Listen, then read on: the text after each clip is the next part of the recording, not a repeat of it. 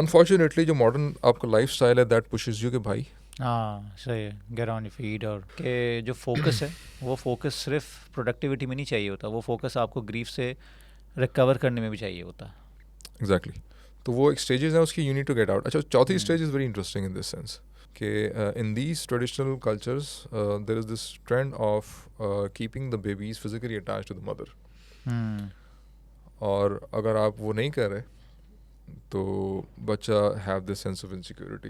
एक तो पेरेंट्स की सपोर्ट, दूसरा आपके friend circle, the people you choose, तीसरा spouse, the spouse you choose. ये बहुत बड़ा एक वो है वेरी ख़ास तौर क्रिटिकल. पे। मैं तो आजकल जितने भी लड़के मुझसे पूछते हैं कि फात भाई, क्योंकि मैं अक्सर रिलेशनशिप या ये इस तरह की इमोशनल हेल्थ की बात कर रहा होता हूँ, तो बोलते हैं फात भाई कोई एक मशवरा, कोई एक चीज़ जो हमें आप बताएं. तो मैं बोलता हूँ भाई लाइफ पार्टनर देख के चूज़ कर लेना. मिसाल के तौर पे अगर आपके पास you have a few pets, ठीक है, you have a few cats dogs and मिसाल के तौर पे कुछ भेड़ बकरियां आपने पाली हुई हैं, तो जितने बड़े भी आप फ़लसफ़ी बन जाएं, you can not communicate to them in your own बिल्कुल लैंग्वेज. ऐसे ही तो है। अगर आपने उनका कोई मसला सॉल्व करना है उनके लेवल पर जाके, then you need to understand कि वो कैसे बिहेव करते हैं. यहाँ पे मनी वैल्यू ना थोड़ी सी स्क्रू हो रही है कि आप बाय प्रोडक्ट दिखा के बेसिकली लोगों को बोल रहे हो, आप एथिक्स नहीं सिखा रहे, वर्क एथिक नहीं सिखा रहे, आपको स्किल डेवलपमेंट की बात नहीं कर रहा है, आप कोई सोसाइटी में कंट्रीब्यूशन की बात नहीं कर रहे हैं. तो आप इन्फ्लुएंस तो कर रहे हो in any way possible, in your way, लेकिन आप कोई इम्पैक्ट लेके नहीं आ रहे, कोई पॉजिटिव इम्पैक्ट कि हाँ यार बंदा ये बोले कि हाँ मैंने कुछ नया सीखा. अमेगडाला वो तो बिल्कुल ही ऑटो पायलट है ना, तो उसमें that does not ask for your permission. उसको लगेगा यह चीज़, ये ख़तरा है, it is going to react. सही. ये बिल्कुल पॉसिबल है कि उसकी पास्ट एक्सपीरियंसेस के बेसिस के ऊपर प्रोग्रामिंग इस तरह की हो गई हो कि उसको ऐसी चीज़ थ्रेट लग रही हो which is not actually threat. अस्सलाम वालेकुम उमर भाई, कैसे हैं? अल्हम्दुलिल्लाह. लॉन्ग टाइम नो सी. लॉन्ग टाइम नो सी. 1 साल बाद मुलाकात हो रही है. जब सेंस एंड स्टोरीज़ की तरफ से मैं पॉडकास्ट करता था तो हमारी बड़ी डिटेल में बात हुई थी. उस वक्त भी मेरे जहन में था कि बहुत सारी चीज़ें रह गई हैं, और आज भी मुझे पता है जो एजेंडा हम लेके बैठे हैं मुझे लग रहा है बहुत सारी चीज़ें हम डिस्कस नहीं कर पाएंगे, but we'll try to make the most of our time. सबसे पहले तो मैं एक कंट्रोवर्शियल स्टेटमेंट से स्टार्ट करना चाहता हूँ जो मैंने कुछ अर्से पहले एक जगह देखी थी, पढ़ी थी. उसके पीछे कुछ रिलीजियस कॉनोटेशंस थे, तो मैंने अपने फेसबुक पे डाली थी. तो उसका जो एक खुलासा है वो ये था कि depression is a choice. What do you have to say about that? Depression is a choice. अब इसमें बहुत सारी चीज़ों को खोलना पड़ेगा without expanding on so many different things. It is not really choice वाला एलिमेंट. मतलब इंसान के पास, मतलब we are agents of free will, ठीक है. मतलब इंसान के पास फ्री विल एग्जिस्ट कर रही है, तो इस इन that particular context you can literally से दिस थिंग अबाउट एनीथिंग कि इंसान के पास चॉइस हर चीज़ की होती है. But often time what happens के चॉइस तो है आपके पास, but you don't know how to do something. Just like के आपके सामने पानी है, आप स्विमिंग सीखने की चॉइस है आपके पास, आप स्विमिंग सीख सकते हैं वगैरह वगैरह, बट कैन यू, मतलब आपके पास कोई प्रॉपर ट्रेनर नहीं है, आपको गाइडेंस नहीं मिली, आपने कभी पानी में छलांग नहीं मारी, बहुत ज़्यादा फियर भी है, और सम टाइम ऐसा भी होता है कि पानी इतना गहरा होता है कि आप बोलते हैं यार मैं इसमें डूब ही जाऊँगा अगर मैं थोड़ा सा कोशिश भी करूँगा. तो वो जो हाउ वाला फैक्टर है ना, okay, that is often time missing. और आप गाड़ी चलाना सीख सकते हैं, बट अगर कोई अच्छा ट्रेनर नहीं है आपके पास और यू आर स्केर्ड कि आप किसी दूसरी गाड़ी चलाएंगे और आप ठोक देंगे जाके कहीं पर, तो जो हाउ वाला फैक्टर है that's probably is what stopping people. Okay. एक चीज़ हाउ, दूसरा enabling environment.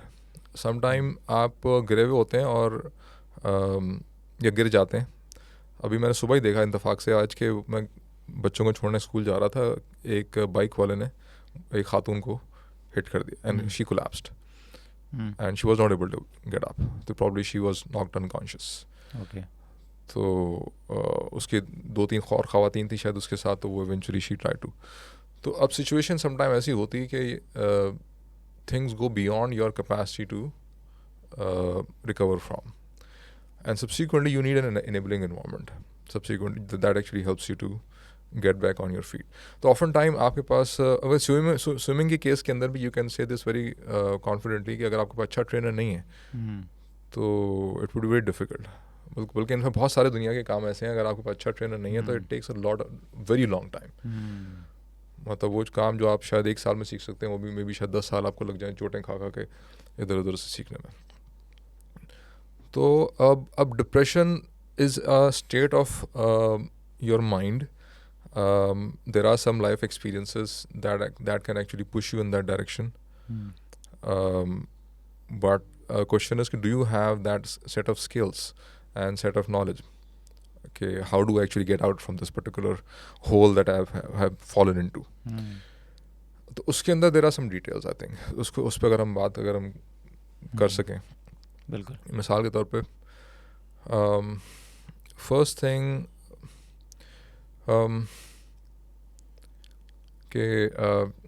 let's start from what we are actually made up of and what happens inside of us that leads to this thing called depression. Starting from this first question, what we are actually made up of. तो इसके अंदर I have been trying to explore this question कि हम हैं कौन, या हमारा जो internal जो दुनिया अंदर की दुनिया वो what exactly it is made up of since last 4-5 years. Last time भी थोड़ी सी हमने डिस्कशन की थी उसके ऊपर. तो इन दिस कॉन्टेक्स्ट मैंने कुछ इस्लामिक स्कॉलर्स को भी एक्सपीरियंस किया है, स्टडी किया है, वेस्टर्न स्कॉलर्स को भी स्टडी किया है. मिसाल के तौर पे if I start taking the names, तो इस्लामिक के अंदर इमाम Ghazali has done some interesting work in that direction. Maulana Ashraf Ali Thanvi की जब आप किताबें पढ़ते हैं तो उसके अंदर भी डायरेक्टली इनडायरेक्टली कुछ ना कुछ आपको तफसीलात मिलती हैं कि what exactly we are actually made up of. फिर मैं कल कुछ दिनों से किसी ने रेफ़र किया शाह वलीउल्लाह की कुछ बुक्स को, तो इवेंचुअली उन्होंने भी कुछ डिटेल्स डिस्कस की हैं. फिर वेस्ट के अंदर अगर जाएँ तो यू हैव कार्ल युंग मिसाल के तौर पर, you have Richard Schwartz who is more recent. Carl Jung तो पुराने आदमी हैं, रिचर्ड श्वार्ट्ज़ मोर रीसेंट. फिर यू हैव फ्रॉइड भी है. फ्रॉइड में ऑफ कोर्स बहुत सारे इश्यूज़ हैं उनकी थ्योरीज़ के अंदर, जो particularly when you study the detail between Freud and Jung, तो फिर आपको नज़र आता है okay fine what are exactly the issues. But Freud is an interesting figure in this sense. Thomas Harris है, Plato वगैरह वगैरह, तो बहुत सारे thinkers ने what we actually made up of. तो जो चीज़ common है सबके मॉडल्स के अंदर, इवन आप इकबाल को भी ले आए बीच में. अभी recently I came to know about Iain McGilchrist, मुश्किल सा नाम है उसका. So he's also talking about the same thing. All of them are saying something very interesting, which is very similar. We are not basically one entity. We are at least two. Sometime किसी के model में आपको 3 मिलेंगे, किसी के model में आपको 4 मिलेंगे. For example, if I quote Carl Jung या even इमाम गज़ाली से स्टार्ट अगर करें तो इमाम गज़ाली कह रहे हैं we are actually made up of 4 entities. ठीक है, और उनमें से फर्दर ग्रुप करें तो एक को वो कहते हैं रूह इंसानी, एंड दूसरी इज़ रूह हैवानी. ओके. एंड रूह हैवानी के अंदर ही से कि वो part of us like a horse, a part of us like a dog, a part of us is like a pig, and that a part of us is like a actual human being. तो we are like 4 entities in this sense. Carl Jung is saying कि जी आपका एक self होती है, आपका एक ego होता है, आपका एक अनकॉन्शियस होता है, आपका एक शैडो होता है. एंड न्यूरोलॉजिकली भी अगर आप देखें तो आपका एक लेफ्ट ब्रेन है, आपका एक राइट ब्रेन है, आपका एक प्रोफ्रंटल कॉर्टेक्स है, आपका न्यू कॉर्टेक्स है, फिर उसके नीचे एक लिम्बिक सिस्टम है, उसके नीचे एक एमिगडाला है, उसके नीचे एक मेंड्यूला, उसके नीचे एक वेगस नर्व है आपकी, and then you have your whole endocrine system. तो all of these different parts and components interestingly have the capacity to sometime operate in contradictory ways. एक पार्ट बोलेगा मुझे इधर जाना है, दूसरा पार्ट बोलेगा मुझे इधर जाना है.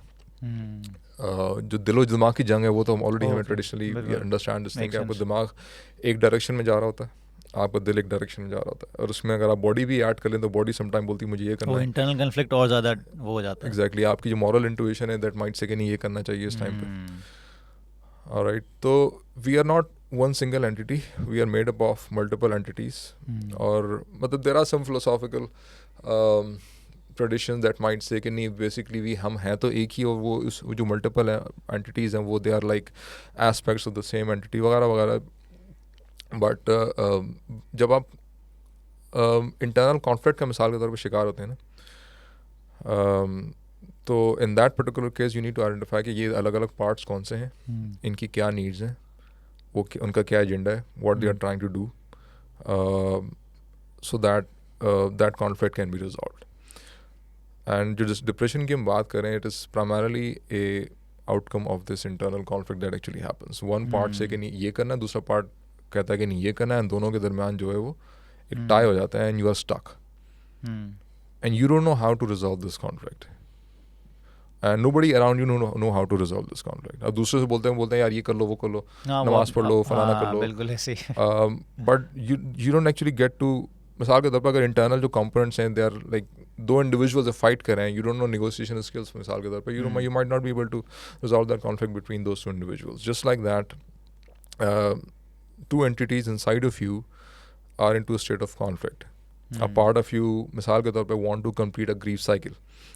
ग्रीफ साइकिल में पे छलांग मार दी मैंने एकदम से, तो हमें नीड्स को आइडेंटिफाई करना पड़ेगा. मिसाल के तौर पे सुबह मैंने एक इंसिडेंट का बताया कि I saw a lady being struck by a motorcycle. After like 30 minutes the whole incident दोबारा से मेरे बार बार आना शुरू हो गया और वो ओवर थिंकिंग स्टार्ट हो गई. और आई वाज लाइक अगर मेरी बेटी होती तो मैं क्या फील कर रहा होता, यू नो. एंड फिर बेटी से ख्याल आया कि माई बेटी was in to an accident a few years ago and how did I actually felt. And पूरी एक ना माइंड एक पर्टिकुलर ट्रैक पे शुरू हो गया. And it was very emotional. I felt very disturbed for like an hour or something. अच्छा, thankfully I did not had any other thing to do at that particular time. कोई class नहीं थी, कोई दूसरी कमिटमेंट नहीं थी, कोई meeting नहीं थी. I was just sitting in my room. And since I know कि what मुझे क्या करना है, मुझे ये करना ये था कि मुझे अपनी फीलिंग्स के साथ बैठना था.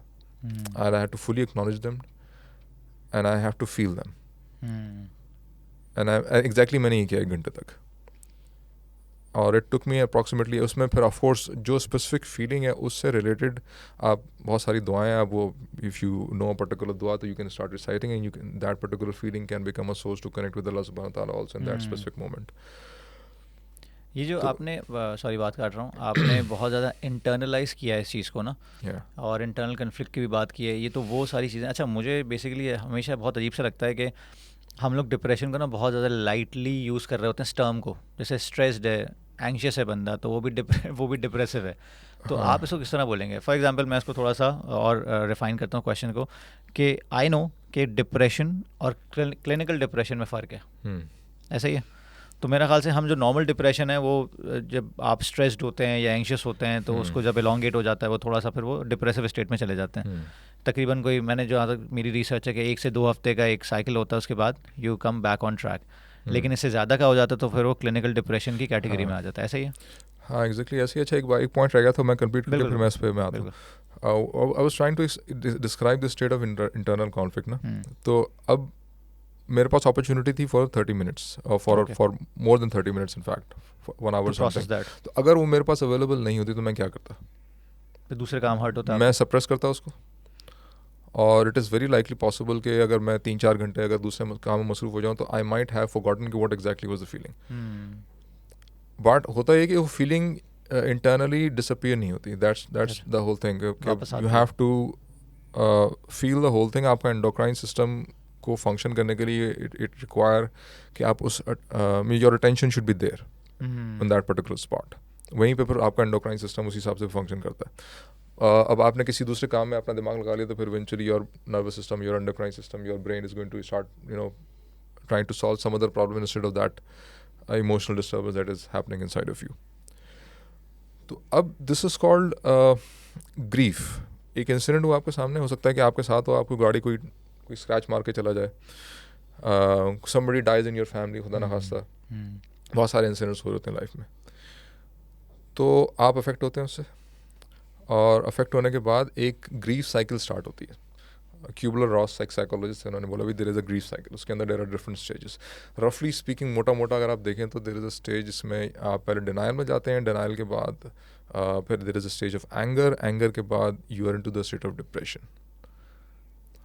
Alright, and if you allow yourself to feel all of these stages, then subsequently it is possible कि आप 1 हफ्ते में, 2 हफ्ते में, 2 महीने में, 2 साल में, depending upon the damage that you have experienced. खुदा ना खासा किसी के बच्चे का इंतकाल हो जाए. बिल्कुल ऐसे सही कह रहा है. ठीक है. और उसमें भी there are extreme cases. मिसाल के तौर पे APS वाला इंसिडेंट हुआ था इस्लाम पेशावर में. आपने बच्चे को जबरदस्ती स्कूल भेजा और बच्चा वापस नहीं आया. तो you can imagine the kind of state a parent, it is entirely possible that you might not even be able to recover from that state for the rest of your life, depending upon how big that is. I can relate to few cases. बिल्कुल ऐसे ही है. ठीक है. But अगर वो छोटा है तो it will take some time.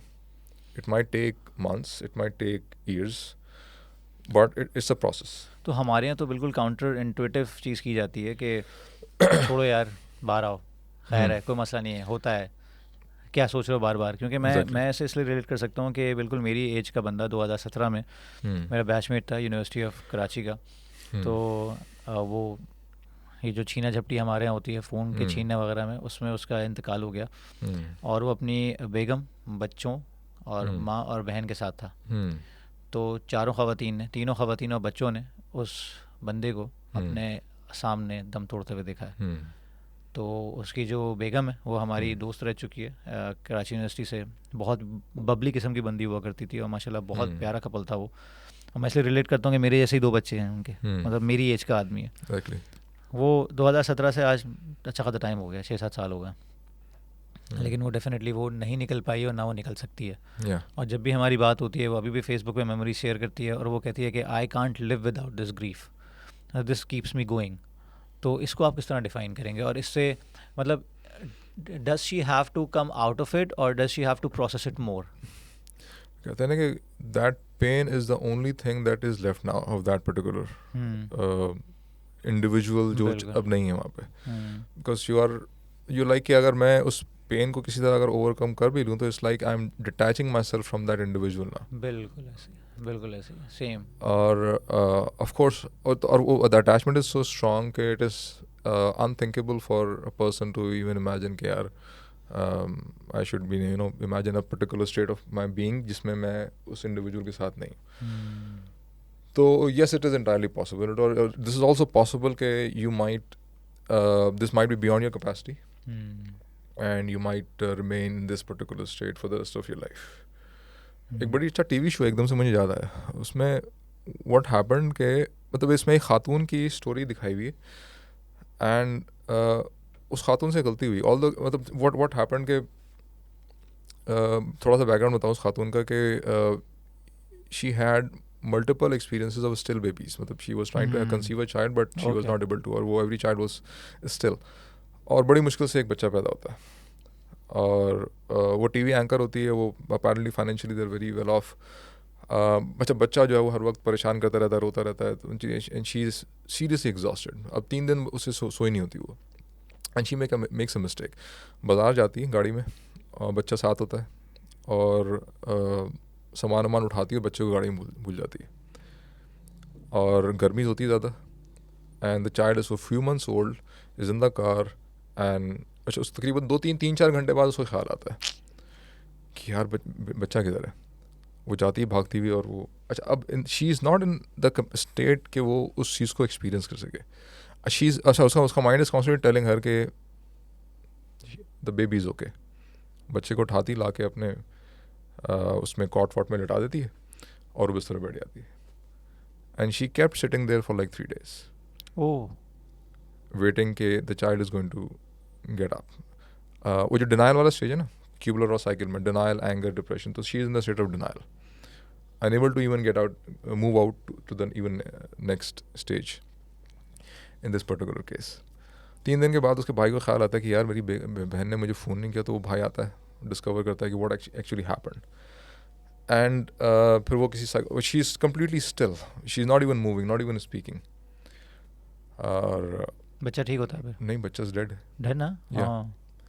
बच्चा हैड डाइड एंड सब्सिक्वेंटली जो पूरा बॉडी उसकी रॉट कर रही है वहाँ पे एंड फिर वो किसी साइकोलॉजिस्ट किसे को कॉल करते हैं एंड दिस साइकोलॉजिस्ट ब्रिंग्स कोई कंपनी है जो डेड नॉट एग्जैक्टली डेड मतलब सिलिकॉन के बने हुए बेबीज जो हैं वो आपको देती हैं that actually looks like real. तो वो उस कंपनी से वो बच्चा जो है वो एक dummy doll sort of baby वो लेकर आते हैं वहाँ से और उसको सामने रखते हैं उसके, देखो this is your baby and she begin to live in that lie के माई बेबी इज़ ओके। और जब उसको ये एहसास होता है कि हाँ भी दूसरे भी इंडोज कर देंगे the baby is okay and that is the moment she actually gets out of that and she begins to live in that state कि my baby is okay and this is my baby जो doll है basically। तो अब इस तरह की situations के अंदर you cannot expect कि the person can actually get out and without breaking their minds। और वो शॉक इतना तो एक्सट्रीम हो सकता है कि you might even die because of that आपका नर्वस ब्रेकडाउन हो जाए, आपका पूरा you might even completely lose your senses in that process. तो वी शुड.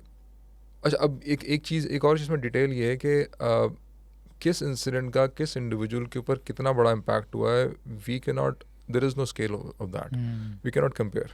बिल्कुल. आपके साथ भी वो आप रिकवर करके सामने वाले के साथ डजंट रियली मीन कि वो आप रिकवर करके तो सामने वाला भी रिकवर कर पाएगा. हम एक्सपेक्ट ये कर रहे होते, हमने कर लिया तुम भी कर सकते हो. एग्जैक्टली. तो इट इज़ एंटायरली पॉसिबल कि the person's capacity to handle that situation is this, and Trauma is this. the impact is this much. तो but it is also possible अगर वो impact इतना है कि वो manageable है या digestible है, digestible is the right term, अगर वो digestible है तो it might take sometime a month, sometime years to digest that particular. मिसाल के तौर पे अगर किसी की औलाद का इंतकाल हो जाता है तो the average is 3 years. 3 साल से पहले अगर आप उसको पुश कर रहे हैं ना कि the person might get out from that particular state, तो वो नहीं कर पाएगा. और अनफॉर्चुनेटली जो मॉडर्न आपका लाइफ स्टाइल है दैट पुशेस यू कि भाई सही है, गेट ऑन योर फीट और गेट टू वर्क और सब कुछ. एग्जैक्टली. अमेरिका में 4 दिन की छुट्टी मिलती है आपको इफ़ योर पेरेंट डाई, और अगर आप ग्रीफ साइकिल अगर आप अटैच थे उस पेरेंट के साथ तो मतलब ये तो वही वाली बात हो गई कि जो फोकस है वो फोकस सिर्फ प्रोडक्टिविटी में नहीं चाहिए होता, वो फोकस आपको ग्रीफ से रिकवर करने में भी चाहिए होता. एग्जैक्टली.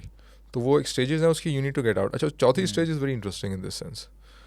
चौथी स्टेज के अंदर आप निकल रहे होते हो and you need to make sense of this experience कि चोट लगी मुझे, why this actually happened to me. और उसमें अगर आपके पास एक कॉन्सेप्चुअल फ्रेमवर्क नहीं है दैट एक्सप्लेन्स कि what is the purpose of your life, what is the purpose of this whole experience that you are experiencing in this reality, world view कह सकते हैं उसको, मास्टर नैरेटिव वगैरह वगैरह मुख्तलिफ किस्म की टर्म्स यूज़ किए हैं. एक जर्मन टर्म भी है, वो देखनी पड़ेगी मुझे, बड़ी इंटरेस्टिंग इसके लिए. तो if you don't have that world view and a purpose of existence that relates to that world view. Gestalt तो नहीं है जी?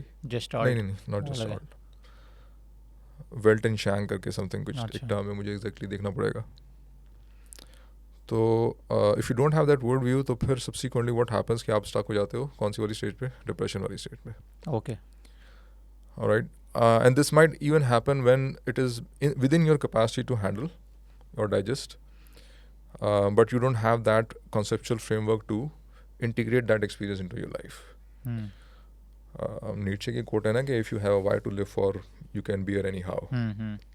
और एल्बर्ट कैमू जो है वो भी इस तरह की बात की है उसने कि जितना भी फ़लसफ़ा आज तक जितने लोगों ने भी लिखा है, अगर वो मुझे इस सवाल का जवाब नहीं दे रहा है कि why should I not commit suicide, तो all of that philosophy was all nonsense. Why should I not commit suicide? Because जब इस तरह के 2-4 इंसिडेंट्स होते हैं तो फिर eventually you are living with a very heavy load in your life. वो emotions आपके पास हैं, you cannot get rid of them and they are very much there and they are like not allowing you to do anything productive in your life as long as they are there. तो और फिर लोग exhaust हो जाते हैं. फिर अगर और जो माहौल है आपके आसपास अगर वो सपोर्ट नहीं कर रहा आपको उस स्टेट के अंदर, मिसाल के तौर per your education is not waiting for you, semester चले जा रहे हैं. एक लड़की आई मेरे पास, स्टूडेंट थी, तो she was like how should I give exam, मेरे भी 4 दिन बाद एग्ज़ाम है, मेरी अभी कज़न थी उसका इंतकाल हो गया, how should I give exams. मैंने कहा ड्रॉप करो. मतलब अभी एग्ज़ाम अभी ईमेल डालो एग्जामिनेशन डिपार्टमेंट को कि भाई because of XYZ reason you can not give exam, आपका रिजल्ट जो वो ब्लॉक करें और नेक्स्ट सेमेस्टर में जब एग्ज़ाम तुम दे लेना और उसके बाद फिर तुम. But right now don't push yourself because you're going to damage your health, even your health. Because आपका जो इमोशनल जो लोड होता है ना वो उसका एक हार्मोनल एक एक्टिविटी चल रही है आपकी बॉडी के अंदर, और वो अगर वो it is too much then it can literally derail your endocrine system also. And फिर आप बीमार पड़ते हो, आपकी इम्यून सिस्टम कॉम्प्रोमाइज़ हो जाता है वगैरह वगैरह, ऑटो इम्यून के इश्यूज स्टार्ट हो जाते हैं. If you are stuck in that particular state for too long, not allowing the natural flow to actually happen. मतलब जो इमोशंस को जो निकलने का जो फ्लो है, अगर वो नहीं निकल रहा then subsequently you are going to it's just like एक नेचुरल चीज़ होनी है, बट यू आर लाइक नहीं, I need to do this, ठीक है, if I am not going to do this something is going to go wrong, there is a element of fear, सही है, I need to fit in, I need to go to the job, I need to pass my exam वगैरह वगैरह whatever you are doing. बिल्कुल ऐसे ही। तो the element of fear, अब fear का मतलब ये है कि the fear should be strong enough to counter this emotion, sadness, whatever you are feeling inside. तो उसका मतलब है आप cortisol level is going to go up in your system. Cortisol level अगर आपका सिस्टम में for it is there since, chronic तो फिर वो इन्फ्लेमेशन का बायस बनता है, and inflammation is the mother of all illnesses that actually exist in your body. So it can literally if it is there for like a few months, और वो cortisol level भी साथ में है कि you're like you're trying to get rid of it, तो आप suppress कर रहे हैं, उसको दबाने की कोशिश कर रहे हैं, you're trying to, तो आप this is what internal conflict is all about. फटेगा आगे जाके और कुछ नहीं होगा, फिर वो बम फटेगा exactly over the period of time. तो इसमें मैं जो आपका सवाल था ना कि normal depression, हाँ अब वो clinical में convert हो गया, ठीक है, सही है, मतलब स्टार्ट ऐसे नहीं हुआ था लेकिन वो सप्रेस कर करके एग्जैक्टली. तो आप सप्रेस किया आपने बिकॉज यू हैड टू, आपके पेरेंट्स, आपके दोस्त, आपके सब एवरीबॉडी वाज सेइंग यार गेट ओवर इट यार, कितना टाइम हो गया भाई, तुम अभी तक फंसे हुए हो, तुमने क्या रोना धोना लगाया हुआ, यू नो अक्सर ब्रेकअप्स हो जाते हैं. हाँ और वो लड़के शेयर नहीं करते अपने दोस्तों में, बिकॉज वो रिकॉर्ड बैंड बजेगा उनका, they are going to share that with their friends. तो व्हाट्स बेसिकली हैपनिंग के जो, अब थोड़ी सी डिटेल जा सकते हैं इसके अंदर. बिल्कुल बिल्कुल. तो अगर किसी का ब्रेकअप हुआ है, अभी मैं गबोर माटे की भी टॉक सुन रहा था, उसमें भी he was saying exactly the same thing. Jungian psychology में भी इंडोर्समेंट है इस पर्टिकुलर पॉइंट की कि जो आपकी जो अटैचमेंट होती है ना किसी फीमेल इंडिविजुअल के साथ, if you are emotionally getting attached to it, emotionally not sexually, emotionally, तो दैट इज़ वेरी लाइकली कि you are actually finding your mother in that particular woman. हो सकता है कि वो औरत आपके हम उम्र हो, but at an unconscious level you might be trying to fill that gap that was probably left over by your mother. And अच्छा, यहाँ पे माओ को हम ब्लेम नहीं कर रहे, देयर आर माओ के ऊपर बहुत सारी रिस्पॉन्सिबिलिटीज होती हैं. मिसाल के तौर पर 3 बहन भाई हैं, तो एक भाई जो है मिसाल के तौर पे, या एक बच्चा अगर ज़्यादा बीमार पड़ रहा है, देन सबसिक्वेंटली फोकस सारा उस तरफ चले जाता है.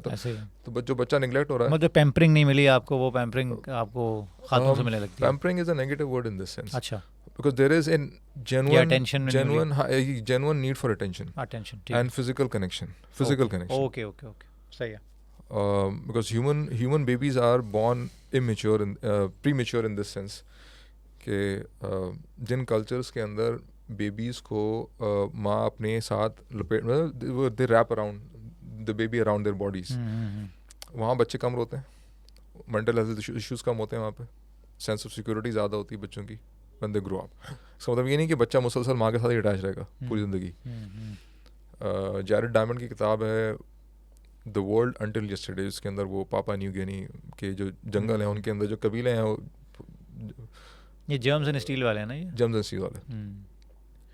तो he used to spend time with them, और वहाँ पे उसने ये चीज़ ऑब्जर्व की कि बच्चे 13-14 साल की एज में so confident, so emotionally secure, and he was like what the hell is happening. And वो अगर जब उसको जंगल में अकेले उसने कहीं घूमना होता था कि अपनी फॉर रिसर्च पर्पस, तो उनसे रिक्वेस्ट करता था कि भाई मुझे मेरे साथ किसी को गाइड, तो the guide used to be 13-14 year old boys. And they knew how to survive in that, you know, extremely hostile environment जिसमें जंगली जानवर भी आ सकते हैं, कुछ भी हो सकता है आपके साथ. And he was like कि अगर मैं न्यूयॉर्क जाके अगर मैं किसी बच्चे से बोलूँ 13-14 साल के, यार मुझे न्यूयॉर्क का चक्कर लगा दो, तो वो उसके हाथ पाँव फूल जाएंगे.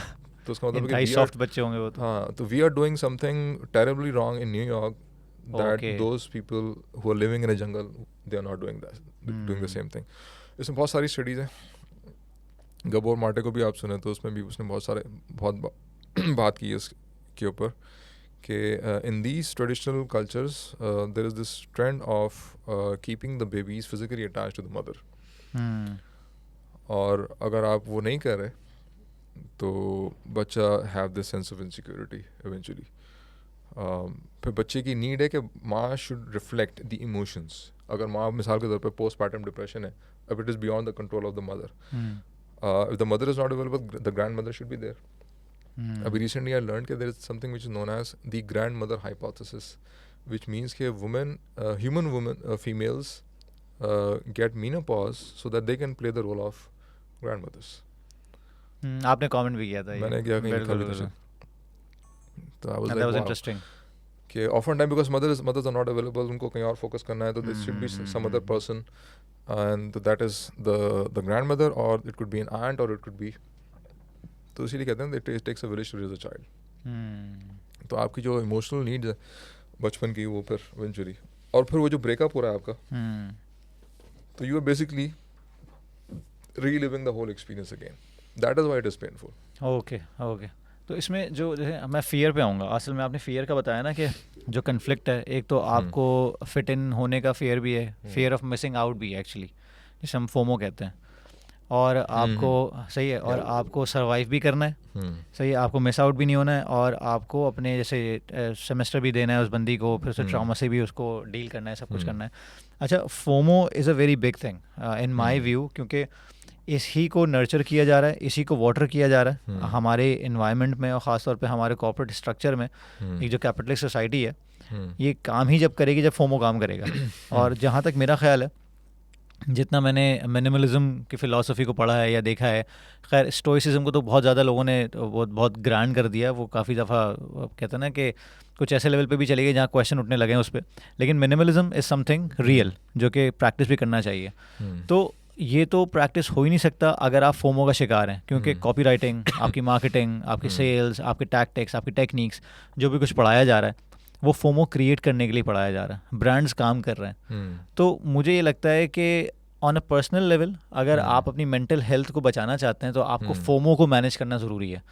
यार फॉर एग्जांपल, अगर आप मेरे सामने फॉर एग्जांपल आईफोन 16 आ गया, ठीक है, और मेरे पास आईफोन 15 प्रो मैक्स है और 16 आ गया, तो I just feel left out कि अगर मैंने इसको अपग्रेड नहीं किया, जबकि एक बंदा है जो अपने 7S पे भी खुश है, ठीक है, तो उसको फोमो अफेक्ट नहीं कर रहा, लेकिन वो पर्सनल तौर पे कितना कंफर्टेबल है. लेकिन यहाँ इस बंदे को सिर्फ एक नॉच ऊपर जाना है और वो पागल हुआ हुआ है, क्योंकि फोमो क्रिएट हुआ हुआ है. तो डोंट यू थिंक कि अगर हम फोमो को, फियर ऑफ मिसिंग आउट की बात कर रहा हूँ मैं, इसको मैनेज कर लें तो हमें हमारा कोई कुछ बिगाड़ नहीं सकता. हाँ नहीं, उसके लिए, उसको मैनेज करने के लिए you need to have that sense of security deep down inside कि अगर मैं, वो नर्चर से ही आती है, वो नर्चर से आती है बिल्कुल, कि अगर मैं नया आईफोन नहीं ख़रीद रहा या फिर नई गाड़ी नहीं ख़रीद रहा तो कोई क़यामत नहीं आ रही.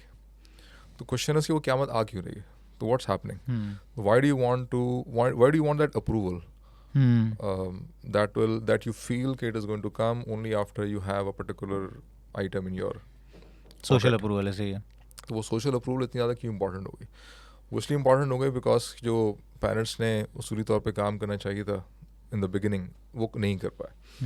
अब again we are not trying to blame the parents, it could be because of their own, उनकी प्रोग्रामिंग भी ऐसी है, मतलब वो भी पीछे से ऐसे ही होता है ज़ाहिर कि दे माइट बी मिसाल के तौर पे फाइनेंशियली स्ट्रेस्ड आउट, ठीक है, और 10 किस्म की रिस्पॉन्सिबिलिटीज़ होती हैं. न्यूक्लियर फैमिली में हो सकता है आप रह रहे हो, तो मॉडर्न सोसाइटी, मतलब वेस्ट में जाए तो nuclear family is the family that, यहाँ पे मतलब जो कंबाइंड फैमिली इन्वायरमेंट का जो कॉन्सेप्ट है वो शायद आपको जंगलों में शायद मिले, अमेज़ॉन के जंगल में आपको कबीलों में, otherwise it is very difficult to find in any developed place जहाँ पे लोग एक साथ रह रहे हो. तो इवेंचुअली व्हाट हैपन्स के when the mother is not available, the child is like, who the hell am I? मैं important हूँ भी कि नहीं हूँ. और extreme cases में this can literally lead to sociopathy also, because the child eventually realize, ख़ास तौर पे उन moments के अंदर जिसमें बच्चे को वाकई किसी adult की ज़रूरत है, वो तो किसी तकलीफ में है, वो कुछ घबराया हुआ है, वो डर रहा है, and he needs or she needs an adult to take care of him in that moment, and the adult is not available. So eventually the message you get is कि okay fine, it is only you who will ever take care of your own self.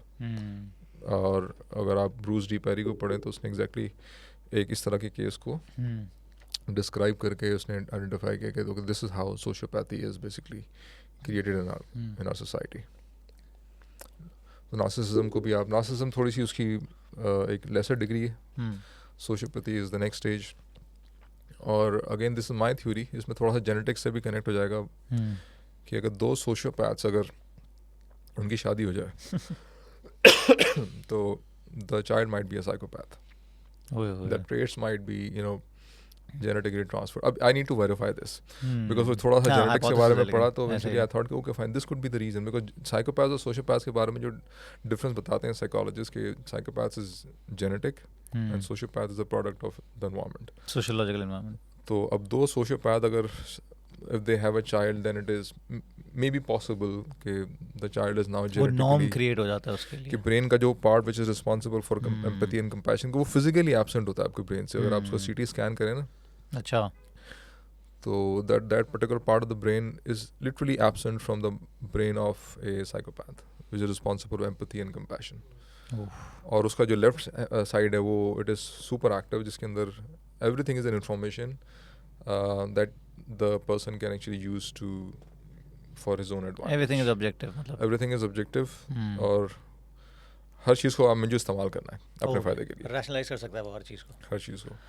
अच्छा इसमें जो हमने FOMO की बात की फिर हमने ये बात किया कि वो नर्चर से आती है तो जैसे अभी कुछ अर्से पहले हमारे एक सेलिब्रिटी हैं उन्होंने एक बात की थी, मैंने उसके काउंटर पे एक बात की थी कि हमारे यहाँ पेरेंट्स बच्चों को जैसे फॉर एग्जांपल मैं अपने या अपने दोस्तों के की बात करूं जो मिडिल क्लास से ताल्लुक़ रखते थे, हमारे पेरेंट्स ने बड़ी स्ट्रगल की है, ज़ाहिर है हमें पढ़ाया लिखाया और माइंड में हमेशा प्रोग्रामिंग यही कि अच्छी जगह नौकरी करनी है तो ये और पाकिस्तान से बाहर निकल जाना है और डॉलर कमाना है या रियाल व्याल कमाना है, ठीक है, और फिर यहाँ पे अच्छा लाइफस्टाइल मेंटेन करना है, यहाँ पे घर बनाना है, यहाँ पे घर बनाना है, ये ख्वाब होता है हम सबका ना अमेरिकन ड्रीम की तरह.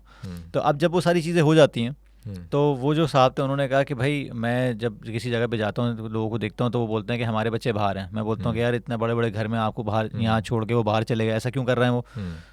तो फिर मैंने उनको बताया कि भाई वो आपसे प्रॉपर्टी लेने आ जाएंगे, ये हो जाएगा वो हो जाएगा. तो मुझे थोड़ा सा वो ऑफेंडिंग लगा कि यार क्योंकि मैंने ना उसको पर्सनली इसलिए लिया क्योंकि मुझे और मेरे दोस्तों की प्रोग्रामिंग ये हुई है और हम सबकी प्रोग्रामिंग ऐसी होती है कि भाई पढ़ना है लिखना है अच्छी नौकरी करना है बाहर जाना है और लाइफ इज टफ, अपनों को पीछे छोड़ना होता है. हमारे वालिदैन ने भी अपनों को पीछे छोड़ के बाहर गए, काम किया, सब कुछ किया. तो यही प्रोग्रामिंग यही नर्चर तो आगे लेके जाता है आपको. लेकिन वक्त के साथ साथ चीज़ें और ज़्यादा डिमांडिंग होती जा रही हैं. तो उस ज़माने में अगर इतना नहीं था तो अब तो और डिमांडिंग है ना. और ख़ास तौर पे देखें जो मिडिल ईस्ट में लोग रहते हैं वो कम से कम 6 महीने में 2-3 दफ़ा फिर भी आ जाते हैं. वहाँ आना जाना आसान है. यूएस में रहने वाले से साल में 1-2 दफ़ा चक्कर लगा लेते हैं या कोई शादी वादी जब चक्कर लगा लेते हैं. तो उस पर भी उन्होंने कहा कि नहीं ये तो गलत चीज़ है, उनको यहाँ रहना चाहिए. इसका दूसरा एक काउंटर आर्गूमेंट ये है कि भाई आप पेरेंट्स को वहाँ बुला लें, ठीक है. उसमें मसला सारा है कि पेरेंट्स इमोशनली अटैच बहुत होते हैं अपनी जगहों से या अपनी चीज़ों से. तो ये बहुत इंटरनल कन्फ्लिक्ट है जिसको इतना इजीली आपको वो कह रहे हैं सब्जेक्टिव नहीं करना चाहिए अपने इमोशन से, क्योंकि अगर आप थोड़ा सा इसका हेलीकॉप्टर व्यू लेके देखें तो बहुत सारी चीज़ें इन्वॉल्व हैं इसमें. और ये फोमो भी इसी वजह से है क्योंकि ये फोमो ही है जो उनको वहाँ रखा हुआ है और ये पेरेंट्स ने ही नर्चर किया हुआ है कि फ़लाने का बच्चा ये कर रहा है, फ़लाने का बच्चा ये कर रहा है, तुम क्या कर रहे हो. तो अब वो जब करने लगा तो वो इस तरह नहीं सोच सकते. आई मीन मतलब why do you need to drive a particular car, मतलब जो यानी कि you need to maintain a particular life standard.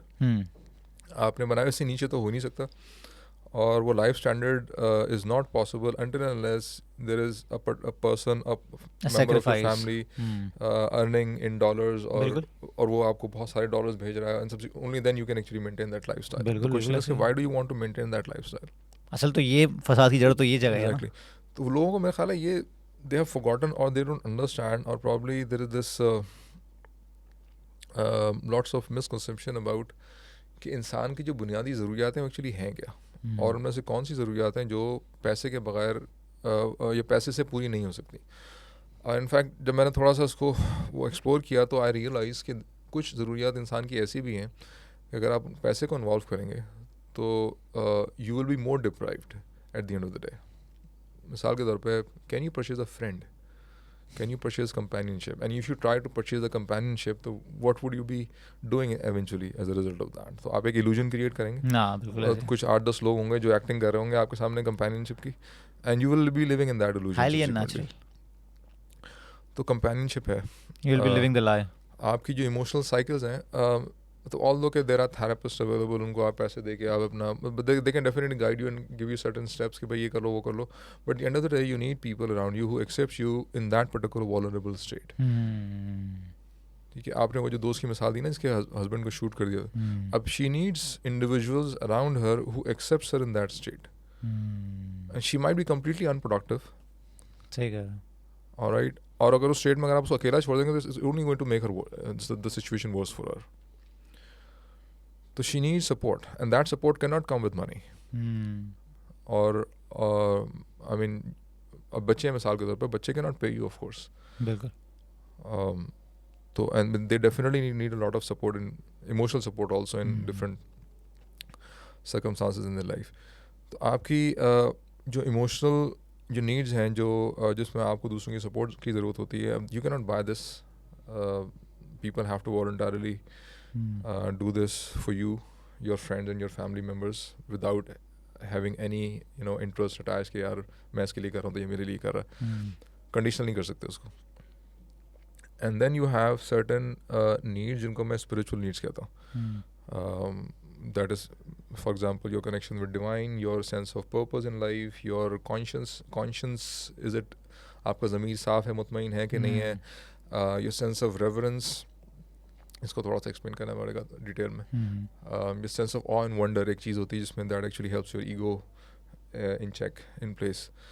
तो इस तरह की there are like 4-5 different needs. Again you can not buy this with money. ये सेंस ऑफ पर्पस वाली बात है. ऑल्दो कि आप किताबें ख़रीद सकते हैं, you can need a lot of stuff, but internally the realisation does not come with, बल्कि इनफैक्ट जब आपकी जेब में पैसे होते हैं ना तो ये चीज़ ज़्यादा ज़ोर से हिट करती है आपको कि why the hell am alive, what exactly is the sense of all of this.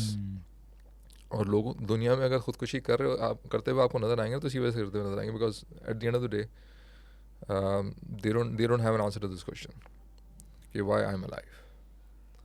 Albert Camus को मैंने कोट किया था कि ऑफ कोर्स डिफ़िकल्टी आती है लाइफ में आपके, यूर फाइनेंशियली डिस्टर्ब मिसाल के तौर पे, but if you have support and if you have people around you who are in that vulnerable state are still not letting you feel that you are useless, and your degree of uselessness is not dependent upon what you possess in terms of money, in terms of your car, in terms of your the other stuff.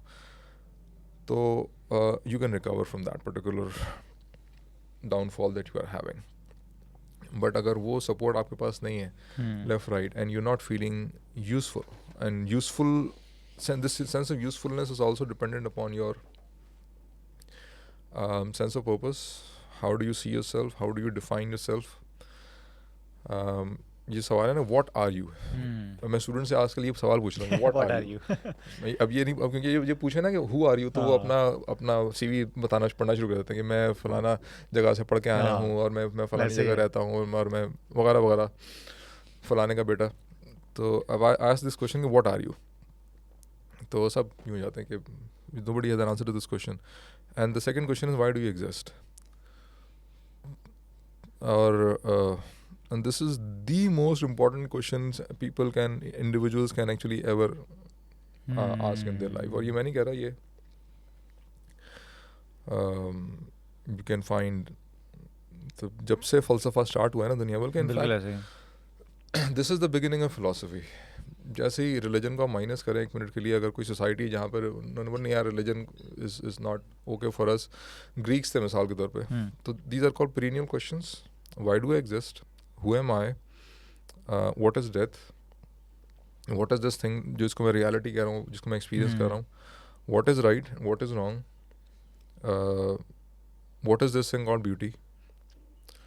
तो इस तरह के कुछ सवालात हैं, and फ़लसफ़ा is about that basically. और if you don't have answers to these questions, subsequently, अब पैसा interestingly वो जो उसकी कोट है ना, क्या नाम है उसका, जिम कैरी, कि I wish everybody has enough money so that they realize कि this is not the answer. तो होता ये है कि जब आपका जेब में पैसा आता है, पेट भर जाता है, you are physically comfortable, now this realization hit you कि what the hell, what this thing is all about.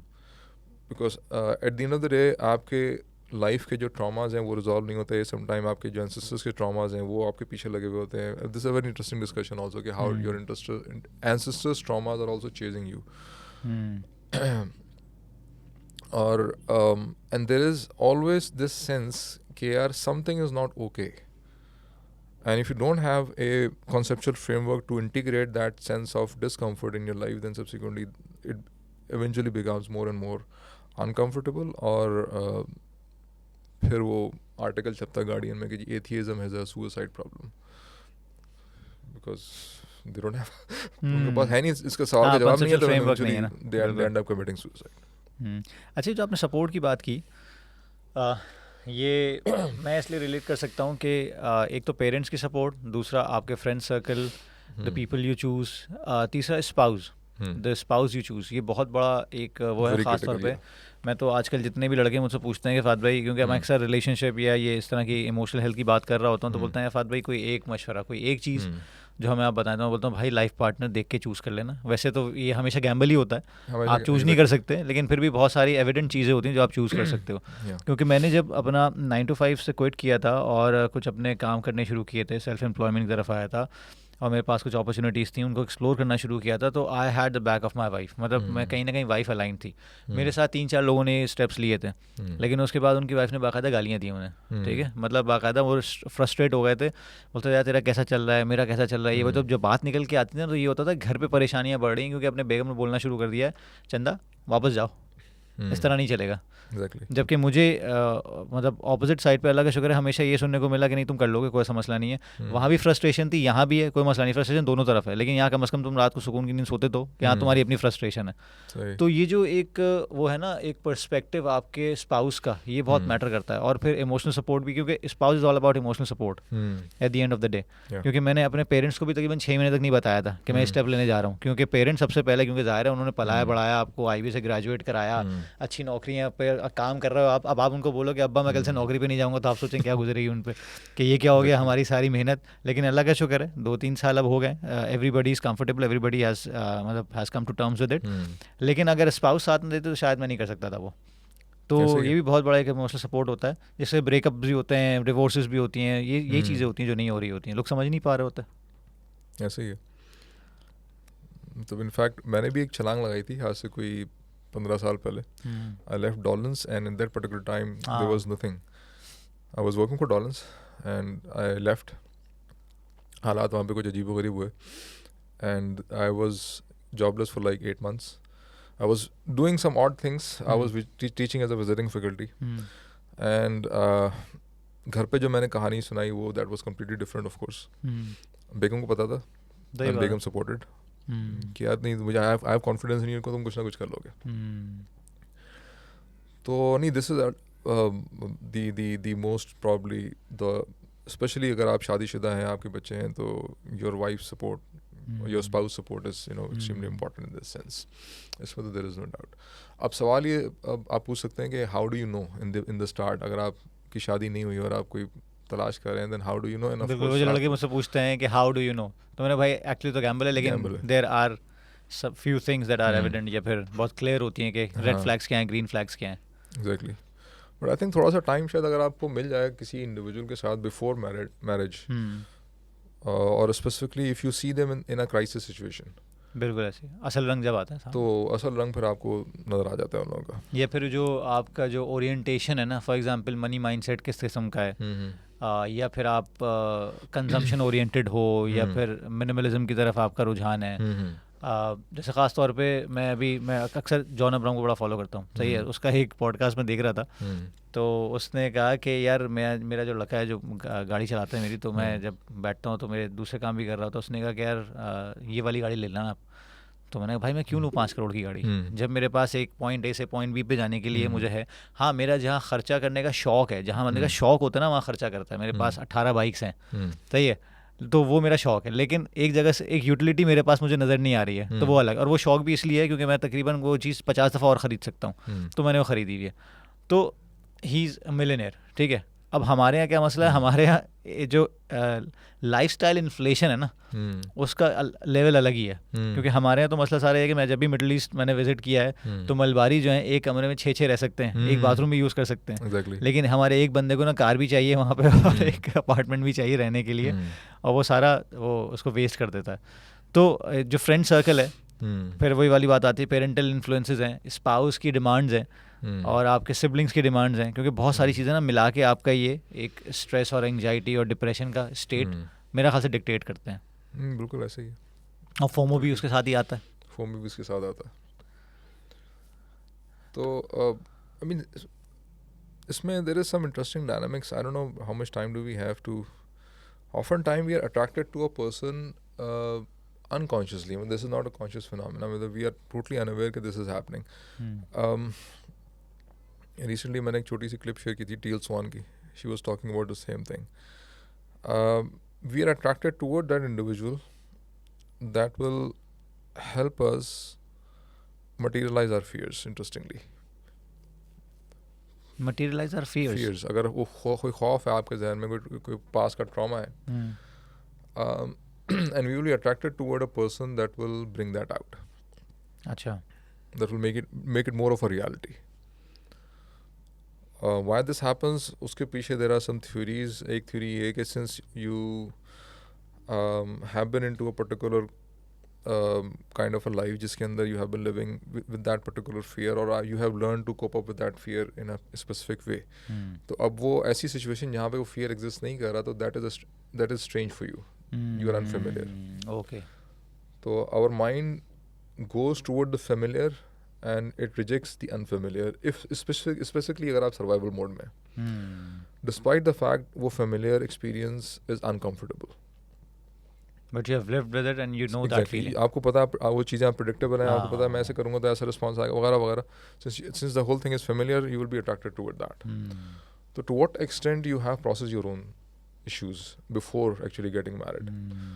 और फिर होता है कि मतलब the part of you want to relive that and another part of you wants to escape, और फिर वही conflict start हो जाता है आपके अपने अंदर, और फिर वो conflict फिर materialize होता है, because every external conflict oftentimes is a outcome of your internal conflict. और फिर आप वाइफ के साथ जो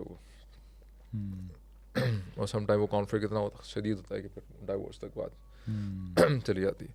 अच्छा, फर्दर कुछ क्वेश्चंस करने से पहले मैं थोड़ा सा बैक फुट पे आऊँगा. एक दो चीज़ें हैं जो मैंने आपके प्रोफाइल में नोट की, अक्सर आपके पोस्ट में भी वो रिफ्लेक्ट हो रही होती हैं.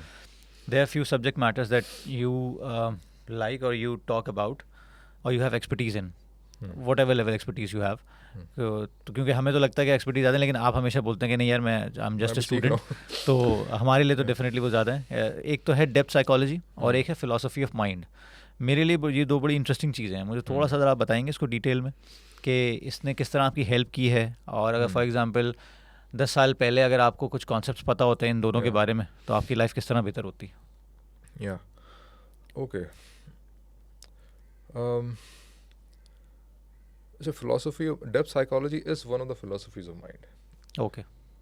ये जो philosophy of mind is a bigger umbrella term, और depth psychology is one perspective. ठीक है. तो philosophy of mind जो है वो umbrella term है, और जो आपकी depth psychology, that is one of the way to explain कि how our mind actually functions. और उसके अंदर what's happening कि we have this view कि whatever you're doing is driven by certain motivations that you're not aware of. और वो motivations आपकी, there is a thing called unconscious, something that is below your level of awareness. Consciously आप बहुत सारी चीज़ों को rationalize कर रहे होते हैं, आपको पता होता है कि यार मैं ये काम ऐसे कर रहा हूँ, बट अ डेप्थ साइकोलॉजिस्ट को से आर यू रियली श्योर कि आप ये काम जो जिस तरह आप एक्सप्लेन कर रहे हैं, जो पर्पस आप एक्सप्लेन कर रहे हैं, the reason that you are describing कि भाई मैं ये काम क्यों कर रहा हूँ, this might not be the case. Something else might be going on inside of you. That could be the primary reason why you are doing what you are doing. ठीक है. और तो there is a conscious experience that we are having of reality, and there is certain motivations that exist on an unconscious level, and those unconscious forces or motivations have a profound influence on whatever we do, even if we don't understand them, even if we don't acknowledge them, and subsequently मतलब consciously हम ये करते हैं कि हम कोई ना कोई जवाब उसका बना के प्रेजेंट करते हैं, rationalize. और जो साइको एनालिटिकल जो पर्सपेक्टिव है साइकोलॉजी में, जो फ्रॉइड और Jungian psychologist, they basically talk about के मिसाल के तौर पे if I am making a comment on a person, if I से कि यार यू आर स्टूपिड, तो this is more of a statement about me and less of a statement about the person जिसको मैं स्टूपिड बोल रहा हूँ. तो there is something going on inside of me which is actually making me do this thing. So what exactly is that thing? तो depth psychologist जो हैं वो उस बिलो कॉन्शियस एक्टिविटी को समझने की कोशिश करते हैं कि what could be the reason, surface पे लेकर आते हैं उसको और उसको फिर सरफेस पे लाने की भी कोशिश करते हैं. ऑफन टाइम हाइप्नोसिस भी यूज़ हो रहा होता है उस काम के लिए. फिर वो मुझे से साइकेडेलिक्स की बात हो रही थी, तो there are some school of thoughts now who are trying to suggest कि may be through psychedelics we can also do these things. बल्कि in fact there are some evidences कि आपका जो इफ़ यू टेक मिसाल के तौर पे DMT, तो that DMT takes you to some of your very primary traumas. हो सकता है कि वो ट्रामा आपने बिल्कुल immediately after you were immediately born उस वक्त एक्सपीरियंस किया हो, and that DMT experience is going to take you toward that particular trauma in that sense. तो बहुत सारी चीज़ें हम भूल भी जाते हैं. मतलब some people have this confusion कि यार ये अनकॉन्शियस क्या चीज़ होती है, तो उसका बड़ा सीधा सा एविडेंस है कि भाई बहुत सारी चीज़ें हम भूलते हैं फिर आपको याद आ जाती हैं. तो वो चीज़ कहाँ जाती है, वो थॉट कहाँ किधर जाता है जो आप भूल गए. तो there is some level which is going on जहाँ पे चीज़ें होती हैं. Your body is basically considered as the domain of the unconscious, because a lot of stuff that is happening on the level of your body you're not consciously aware of. खाना कब हजम हो रहा है, कब नीचे जा रहा है, कब कौन सी आंत में है, दिल किस टाइम पे कितना धड़क रहा है, कितना नहीं धड़क रहा. तो there is a lot going on in your body that you're not aware. आपका स्त्री पे हाथ लगता है, आप एकदम से यूँ हटा लेते हैं, तो कॉन्शियसली बाद में आपने रियलाइज़ किया कि आपका हाथ स्त्री पे लगा है, but something is operating independent of your conscious. तो आपकी एक वेगस नर्व है मिसाल के तौर पे. वेगस नर्व जो है वो फाइट एंड फ्लाइट वाला रिस्पॉन्स जनरेट करती है, वो फ्रीज़ वाला रिस्पॉन्स भी जनरेट करती है. एक और रिस्पॉन्स है fawn, fight flight freeze fawn. तो these three responses are often generated if there is some perception ke the experience that I am experiencing right now is threatening to me or not. वो objective भी हो सकता है, of course. Somebody points a gun at you, that's an objective experience. Somebody says something really insulting, something objective, but it is entirely possible ke you might experience something that might remind you of something that might have happened in the past, but it is not happening right now. और अगर वो trauma अगर आपका process नहीं हुआ हुआ, digest नहीं किया हुआ आपने, तो you will react not to the present but to the past, and आपको लगेगा यार ये बंदे ने कुछ ऐसा किया जिसकी वजह से मैं ऐसा फील कर रहा हूँ. हालांकि उस बंदे ने गलती से सिर्फ ये किया है कि आपकी इस चोट के ऊपर हल्का सा टच कर दिया. अब मैं मिसाल ये देता हूँ स्टूडेंट्स को कि let's suppose you have broken bone, खुदा ना खासा आपकी हाथ की हड्डी टूटी हुई है, हल्का सा भी कोई टच करेगा नहीं यूँ करके तो आपको बहुत शदीद तकलीफ होगी. ऑलराइट, बट अगर आपकी if you are fully okay then you might hit it like this, तो नथिंग वुड हैपन. तो इसमें एक्चुअल फॉल्ट किसका है? तो क्या should you really blame the person? हालांकि हो सकता है उस बंदे ने कोई ऐसी बात नहीं की हो, and you are overreacting, and often time you realise कि यार मैंने ओवर रिएक्ट कर दिया. तो इफ़ यू आर, अगर ये ओवर रिएक्शन हो रहा है या फिर अंडर रिएक्शन हो रहा है, कहीं पे आपको रिएक्ट करना था बट आपने नहीं किया, या फिर आपको कहीं रिएक्ट नहीं करना था आपने रिएक्ट कर दिया बहुत ज़्यादा, एंड देन यू रियलाइज़ कि यार ये तो मुझे नहीं करना चाहिए था. तो व्हाट्स हैपनिंग के that part of you which is operating from the unconscious level is basically creating that motivation that this needs to be done. And since you haven't fully brought that fear and that experience that happened in the past in your full conscious awareness, that is why it acts before your conscious will decides कि क्या करना है. Why? Because जो आपका amygdala है ना, it is very powerful physically, means के but इसके पास IQ नहीं है. योर amygdala, मतलब literally these terms are used के your amygdala, your medulla and your spinal cord, पूरा जो सिस्टम है that is literally like the nervous system of a reptile. तो this is your reptilian brain, primarily focused on your preservation of your self interest, your self preservation. कोई threat नजर आएगा तो immediately आप react करेंगे उसके ऊपर. न्यूरोलॉजिकली अगर हम देखें ना, तो we have this reptilian brain which is responsible for fight flight freeze fawn. उसके ऊपर we have this limbic system जो आपकी इमोशनल रेगुलेशन, आपका मोटिवेशन वगैरह जो एक्सटर्नल जो भी आप काम करें उसको देखता है. फिर you have prefrontal cortex and तो आपका जो ह्यूमन ब्रेन है ना that is the topmost layer जिसमें आप सही गलत का फैसला कर रहे हैं. You are asking questions about कि यार मेरी ज़िंदगी का मकसद क्या है वगैरह वगैरह. तो this is happening on the topmost layer. Creativity is also happening on the topmost layer. उससे नीचे वाला जो है that is your limbic system, वो ऑटो पायलट पे चलता है. और उससे नीचे वाला एमिगडाला वो तो बिल्कुल ही ऑटो पायलट है ना. तो उसमें that does not ask for your permission. उसको लगेगा यह चीज़ ये ख़तरा है, it is going to react. सही. ये बिल्कुल पॉसिबल है कि उसकी पास्ट एक्सपीरियंसेस के बेसिस के ऊपर प्रोग्रामिंग इस तरह की हो गई हो कि उसको ऐसी चीज़ थ्रेट लग रही हो which is not actually threat and you are perceiving that because उसका जो चीज़ों को डिफ्रेंशिएट करने की कैपेसिटी या चीज़ों को या ब्लैक एंड वाइट में ग्रे देखने की जो कैपेसिटी है वो नहीं है. उसको ज़रा सा डाउट होगा, it is going to react. और अब since this decision happens before you consciously realise कि व्हाट्स हैपनिंग, तो इवेंचुअली तो इसका तरीका बस ये होता है कि आप if you want to resolve this tendency of overreaction in a specific situation then you need to find out के ये जो प्रेजेंट मोमेंट में जो कुछ भी आप हो रहा है ये आपको पास्ट में किस मोमेंट के ऊपर लेके जा रहा है. And if you go back to that situation and then you consciously digest all the emotional content of that past experience, वो बैकलॉग कहीं पे जमा हुआ है. This is called trauma technically. Trauma is there, and until unless that is not resolved, your amygdala is not going to. तो मतलब हमारा brain is not 100% in the present moment all the time. Some of it is here, some of it is in the past, and simultaneously आप और ज़रूरी नहीं past में कोई specific point, मतलब you can literally be experiencing 10 different time frames simultaneously in a specific moment. तो ideally एक बिल्कुल mentally healthy individual would be fully present all the time. Ideally जैसे माइंडफुल भी कहते हैं. Mindfulness, exactly. तो mindful individual is fully present in the now. और उसका जो पास्ट बैकलॉग है ना वो दैट डज नॉट एग्जिस्ट. और ये बैकलॉग उसी वक्त एग्जिस्ट करता है कि जब कोई इंसिडेंट हुआ उसके नतीजे में कुछ इमोशंस क्रिएट हुए. That could B sadness and frustration and anger and you name it.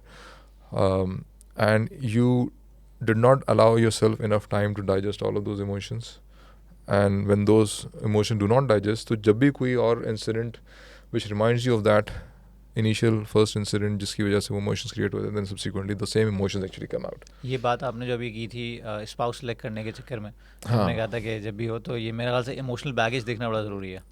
Exactly, दोनों साइड के ऊपर देखना ज़रूरी है. But it's not easy because often time लोग जब फॉर्मल सेटिंग्स में प्रेजेंट कर रहे होते हैं अपने आप को, दे डोंट शो ऑफ. इसलिए आपने कहा ना कि try to spend more time with them, खास तौर पे जब वो फ्रस्ट्रेटेड हो. एग्जैक्टली. जब वो ऐसी सिचुएशन में हो जहाँ पे वो थ्रेटन फील कर रहे हो. एग्जैक्टली. तो असल चीज़ें सामने आएंगी. ऐसी situation might give you better insight. फिर उनके ये ट्रॉमास और ये जो अनरजिस्टर्ड या अनएड्रेस्ड ट्रॉमास हैं ये बेसिकली थोड़े बहुत आपको पता चल जाएगा. बट ऑफ कोर्स बहुत सारी लाइफ एक्सपीरियंसेस होते हैं जो आप मतलब eventually they will discover. एक स्टार्टिंग पॉइंट मिल जाएगा आपको. हाँ. क्योंकि हमेशा ये होता है ना कि आप कोई समझ में आ जाता है कि हाँ यार there is something wrong and I should explore it more. तो कम से कम you will be going into that relationship knowing this exists. ऐसा नहीं होगा कि आपको बिल्कुल नहीं पता होगा, आपको बाद में पता चलेगा यार ये तो तुम पहले करते ही नहीं थे क्योंकि ऐसी सिचुएशन में आपने कभी देखा नहीं था उसको. Which actually happens. यहाँ 2 दिन में प्यार होता है, तीसरे दिन शादी हो जाती है, एक रात में पता चल जाता है वो हो ये तो गलती हो गई. तो सारा साइकिल 3-4 दिन में हो जाता है. ऐसे केसेस भी देखे हमने. अच्छा, इसमें एक चीज़ मैं, क्योंकि जब फिटनेस की बात होती है तो मैं थोड़ा सा आजकल देख रहा हूँ कि लोग जेनेटिक्स को बड़ा ब्लेम कर रहे होते हैं. यार मेरे जेनेटिक्स ऐसे हैं. सही है. मैं मतलब बाइसेप तक पे बात आती है छोटे से और चेस्ट साइज पे भी आ जाती है. तो यार मेरे जेनेटिक्स ऐसे, मैं कर नहीं सकता. हार्ड वर्क नहीं कर रहे होंगे, न्यूट्रिशन प्रॉपर नहीं दे रहे होंगे, साइंस को नहीं समझ रहे होंगे क्योंकि उनको बता दिया कि उनके जेनेटिक्स ऐसे हैं. एक फील्ड है एपिजेनेटिक्स जो बेसिकली आहिस्ता आहिस्ता इस चीज़ को प्रूव कर रही है कि यार ये चीज़ें चेंज हो सकती हैं by the passage of time, but with influences from your environment, your nutrition और आपकी जो वैसे साइकोलॉजिकल एनवायरनमेंट आपके लोगों के से होती है, जो आपके लोग मेंटल इनपुट कर रहे होते हैं, सोशो इकोनॉमिक एनवायरनमेंट होती है.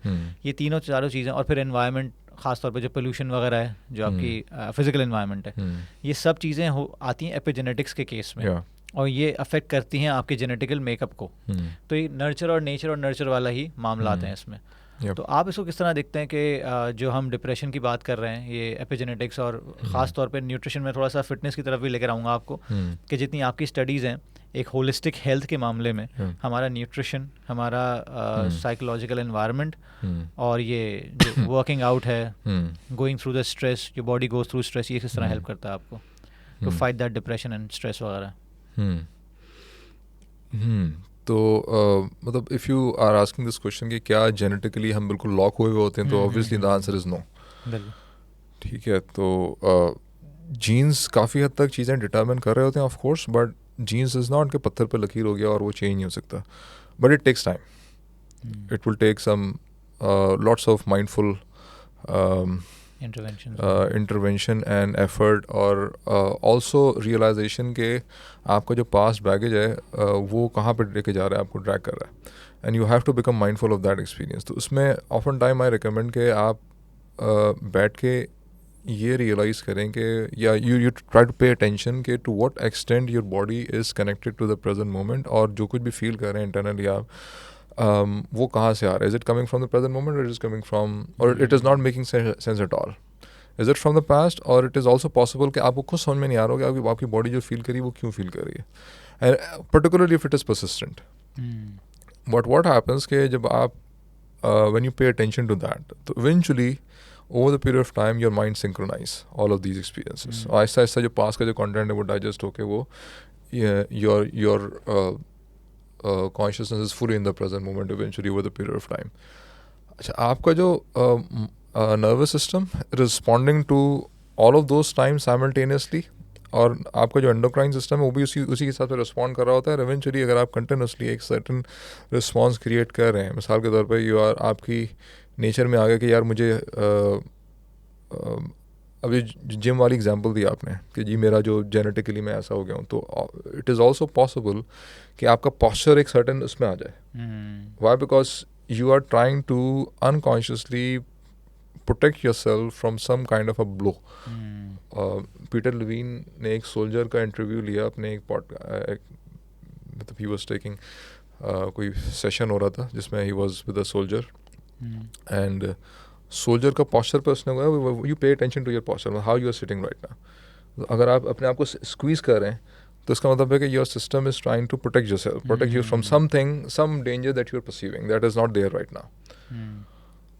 तो व्हाट हैपेंस के योर नर्वस सिस्टम रिस्पॉन्ड्स, आपकी बॉडी रिस्पॉन्ड करती है उसको, एंड सब्सिक्वेंटली जो जीन्स आपको सपोर्ट कर सकते हैं उस स्पेसिफिक रिस्पॉन्स को जनरेट करने में वो एक्टिवेट हो जाते हैं, और जो जीन्स उस रिस्पॉन्स को सपोर्ट नहीं कर रहे होते वो इनएक्टिव हो जाते हैं। But once you consciously try to bring yourself into the present moment, तो फिर eventually over the period of time, but it might take few months, but eventually the right genes will come into the picture, and subsequently they will begin to सही। Depression में भी इसका एक role होता है। मतलब I have seen depression being a intergenerational family problem. दादा दादी डिप्रेस्ड, अम्मा अब्बा डिप्रेस्ड, बच्चे डिप्रेस्ड, क्लिनिकली डिप्रेस्ड, और लिटरली उनको साइकोलॉजिस्ट के पास जाके अपना कराना पड़ रहा है, सुसाइडल आइडिएशन हो रही है, और वो तो एक तो वो थे मतलब if a child is being brought up in an environment जहाँ पे बच्चों पेरेंट्स को वो देख रहा है एक सर्टेन तरीके से बिहेव कर रहे हैं, तो वो एक मिररिंग का फंक्शन नेचुरल, तो बच्चे ऑटोमेटिकली मिरर करते हैं। But it is also possible कि अगर वो एंडोक्राइन लेवल के ऊपर चीज़ चली गई है और hormonal activity is also like that, जिसको आप क्लिनिकल डिप्रेशन की कैटेगरी में फॉल करें, जिसके अंदर आपके जो हार्मोन्स जो मोटिवेशन वाले वो जनरेट ही नहीं हो पा रहे। Dopamine is supposed to be there in your system, dopamine generate नहीं हो रहा, ऑक्सीटोसिन जनरेट नहीं हो रहा, एड्रेनलिन जनरेट नहीं हो रहा, उल्टा जो है वो and subsequently you are feeling very demotivated. तो this an endocrine level activity which is happening, inflation है आपकी बॉडी में वहाँ, because there is heightened level of cortisol. So eventually when a child is going to be born to a parent who has all of these hormonal, तो वो eventually they will be transferred to that, and this is scientifically studied extensively, तो उस पर आपको काम मिल जाएगा काफ़ी सारा। तो इसको हम लोग मतलब by the passage of time through these things, these intervention, these efforts हम लोग अफेक्ट कर सकते हैं, ख़ासतौर पे न्यूट्रिशन में जहाँ तक ताल्लुक है। बहुत दफ़ा मैंने ये देखा है कि बहुत से लोग ना बहुत बड़ा मसला है कि हम सब्जियां नहीं खा सकते, ना सब्जियां खाते हैं, ठीक है, हम गोश्त खोर हैं, मतलब कार्निवोर डाइट इतनी है कि आप सुबह शाम गोश्त खिला दो और फ्राइड फूड्स खिला दो तो इसमें फाइबर और इसमें माइक्रोन्यूट्रिएंट्स ना होने के बराबर होते हैं, जिसकी वजह से definitely they are taking toll on your gut health. Fibre नहीं है आपकी बॉडी में तो जब लीकी गट सिंड्रोम शुरू हो जाता है, क्योंकि आपका जो गट का माइक्रोबायोम होता है वो आपकी गट की लाइनिंग को खाने लगता है जब उसको प्रॉपर फाइबर नहीं मिलता होता। तो मेरी जो ऑब्जर्वेशंस हैं या मेरी जो स्टडीज़ हैं, मुझे लगता है कि हाँ, epigenetics is actually indicating towards these factors कि अगर आप अपने न्यूट्रिशनल पैटर्न्स भी बेहतर कर लो। फॉर एग्जांपल मेरे ख़ानदान में भी ये मतलब मेरे फादर जो हैं हाई ब्लड प्रेशर के मरीज़ हैं, मेरी जो मदर हैं वो डायबिटीज़ की पेशेंट हैं, वो इंसुलिन लगाती हैं, और उनके हैबिचुअल पैटर्न्स हमने देखे हैं क्योंकि उनके भी शुरू से ऐसे ही आए ना, और मीठा खाने का शौक सब कुछ। मैंने अपने आप को, मैं गंदा अंडा था अपने जो ख़ानदान में ना, तो थोड़ा सा मैंने जो चेन है वो ब्रेक की। तो मैंने जब अपने न्यूट्रिशनल पैटर्न्स चेंज करने शुरू किए, मैं भी डिस्पोज हूँ अभी कि मैं हो सकता है 40 को टच करने वाला हूँ, लेकिन मुझे लगा शुक्र है पता कि मैं उन चीज़ों को डिले कर सकता हूँ क्योंकि इन चीज़ों ने मुझे हेल्प की है। तो जहाँ तक मैं अपने एक्सपीरियंसेस और स्टडीज़ को अगर मर्ज करूँ तो epigenetics actually make sense to me कि आप उन लोगों के साथ उठना बैठना शुरू करो जो बेसिकली प्रोडक्टिव बातें करें, ठीक है, ख़ास तौर पे if you want to make a switch from something unproductive to productive. तो वो बड़ी खूबसूरत बात कल मैंने एलेक्स हॉर्मोज़ी की पढ़ी थी, वो मुझे बड़ी अच्छी लगी थी। मैंने उसको अपना वो भी बनाया, क्या कहते हैं, फंडा भी बनाया, मंत्रा बनाया। उसमें लिखा था कि जब आप लाइफ में कुछ बड़ा सोचते हैं या बड़ा करना चाहते हैं तो अपने करीबी लोगों की ना सुने, उनकी सुने जो आपके गोल्स के करीब हैं। तो ये बहुत सारी चीज़ें ऐसी हैं जो आप खुद एफर्ट करके करते हैं और ख़ुद डिक्टेट कर रहे होते हैं। तो अच्छा, ये फॉर एग्जांपल मुझे किसी ने सिखाया नहीं, पढ़ाया नहीं, ये ऑटोमेटिकली आया देख के कि यार ये कर सकता तो मैं क्यों नहीं कर सकता ऐसा। कि हमारे जैसे रिच डैड पुअर डैड की जो फिलॉसफी है, हमारे यहाँ बहुत सारे जो पेरेंट्स हैं वो पुअर डैड की फ़िलॉसफी रखते हैं, जबकि इतने अच्छे लोग हैं और इतने क्वालिफाइड लोग हैं, वो भी अपने जो बच्चों को इसी तरह पढ़ाते हैं कि भाई आपको यही पाथ फॉलो करना है और इससे हटना नहीं है। अब आहिस्ता आहिस्ता चीज़ें थोड़ी सी चेंज हो रही हैं। तो मुझे ये लगता है कि ये एपिजेनेटिक्स जो है, अगर इसको पढ़ा जाए, देखा जाए, तो हम बेसिकली अपने हैबिचुअल पैटर्न्स को चेंज करके डिप्रेशन का भी थोड़ा सा इलाज कर सकते हैं या फिर उसको एड्रेस कर सकते हैं। क्योंकि एक दफ़ा आप वर्कआउट करना शुरू करेंगे, आप अपने न्यूट्रिशन को बेहतर करना शुरू करेंगे, आप अपने लोगों को चूज़ करना शुरू करेंगे, तो और आपकी लाइफ में बचता क्या है जो चीज़ों को आपके लिए एड्रेस करें। या आई मीन वो साइंस अगर आपको समझ में आनी शुरू हो जाए ना कि how does your body basically function, मतलब your body is a whole a big organism. मिसाल के तौर पे अगर आपके पास you have a few pets, ठीक है, you have a few cats dogs and मिसाल के तौर पे कुछ भेड़ बकरियाँ आपने पाली हुई हैं, तो जितने बड़े भी आप फ़लसफ़ी बन जाएं, you can not communicate to them in your own language. तो अगर आपने उनका कोई मसला सॉल्व करना है उनके लेवल पर जाके, then you need to understand कि वो कैसे बिहेव करते हैं, वो किस तरह, जो भी what ever happens in their life is a completely different ball game. और जितने बड़े भी आप, तो हाँ, you can not address their issue unless you get down to their level, and so your body is also to some extent like that. So you need to understand how does it operate, उसके क्या issues हैं, और food का मिसाल के तौर पर food का has a very major impact in a sense के, और डिप्रेशन से भी उस चीज़ का ताल्लुक है, because depression and inflammation both of them are directly interconnected, और इन्फ्लेमेशन फूड की वजह से भी होती है। For example, there are certain foods जो universally recognized for creating inflammation, and there are certain foods which are specific to specific individuals कि अगर वो individual खाएगा तो उसकी body में inflammation create होगी, दूसरा खाएगा तो उसकी body में नहीं होगी. For example, sugar, refined oil, palm oil, ये सारे inflammatory वो हैं. And if let's suppose you are addicted to all of these kind of processed foods जिसमें ये सारी चीज़ें हैं, शुगर भी है उसमें, रिफाइंड ऑयल भी है उसमें, रिफाइंड कार्ब्स भी हैं, ठीक है, then subsequently the inflammation is going to get up. अच्छा, यहाँ पे एडिक्शन की भी हम थोड़ी सी हमें बात करनी पड़ेगी, because these foods are addictive also, and addiction का ट्रॉमा से भी ताल्लुक है, because addiction is a means to escape. Stress eating वाली बात भी आ जाती है. Exactly.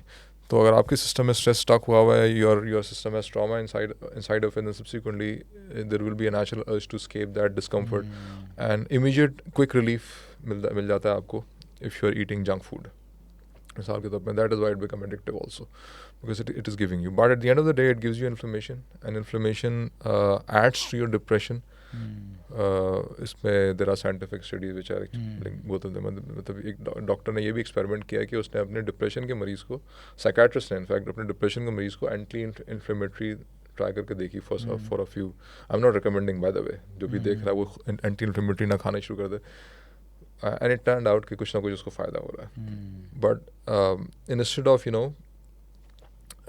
Consuming anti inflammatory medicine, it is better कि आप वो फूड आइडेंटिफाई करें विच इज़ कॉजिंग इन्फ्लेमेशन और फर्दर इंक्रीजिंग इन्फ्लेमेशन. मुझे असल में इसका ना ज़्यादा जो मैंने रिसर्च करनी शुरू की, क्योंकि गट हेल्थ जो है ना वो बेसिकली बहुत एक इमर्जिंग साइंस है, और लोगों को अब पता चल रहा है. वो कहते हैं ना कि आसमान में सितारे नहीं है जितने बैक्टीरिया आपके मैदे में है और आपके अंदर है. मतलब इतने सेल्स नहीं है आपकी बॉडी में, से ज़्यादा आपके बैक्टीरिया काम कर रहे हैं. फॉर एग्जांपल अगर किसी को कॉन्स्टिपेशन का मर्ज होता है तो बेसिकली वो इंटरनल ऑर्गन्स का मसला नहीं है, वो उसके गट माइक्रोबायोम का मसला है. और इसका मतलब है लीकी गट सिंड्रोम, जैसे मैंने आपको बताया. फिर उनका अगर आप रिवर्स इंजीनियर करते हैं, फॉर एग्जांपल मैं अगर लोगों के न्यूट्रिशन प्लान्स बनाता हूँ या बात करता हूँ या कुछ करता हूँ, जब वो कंसल्ट करते हैं तो मुझे ना ऑटोमेटिक 99% ऑफ द टाइम्स मुझे पता होता है क्या होगा पीछे.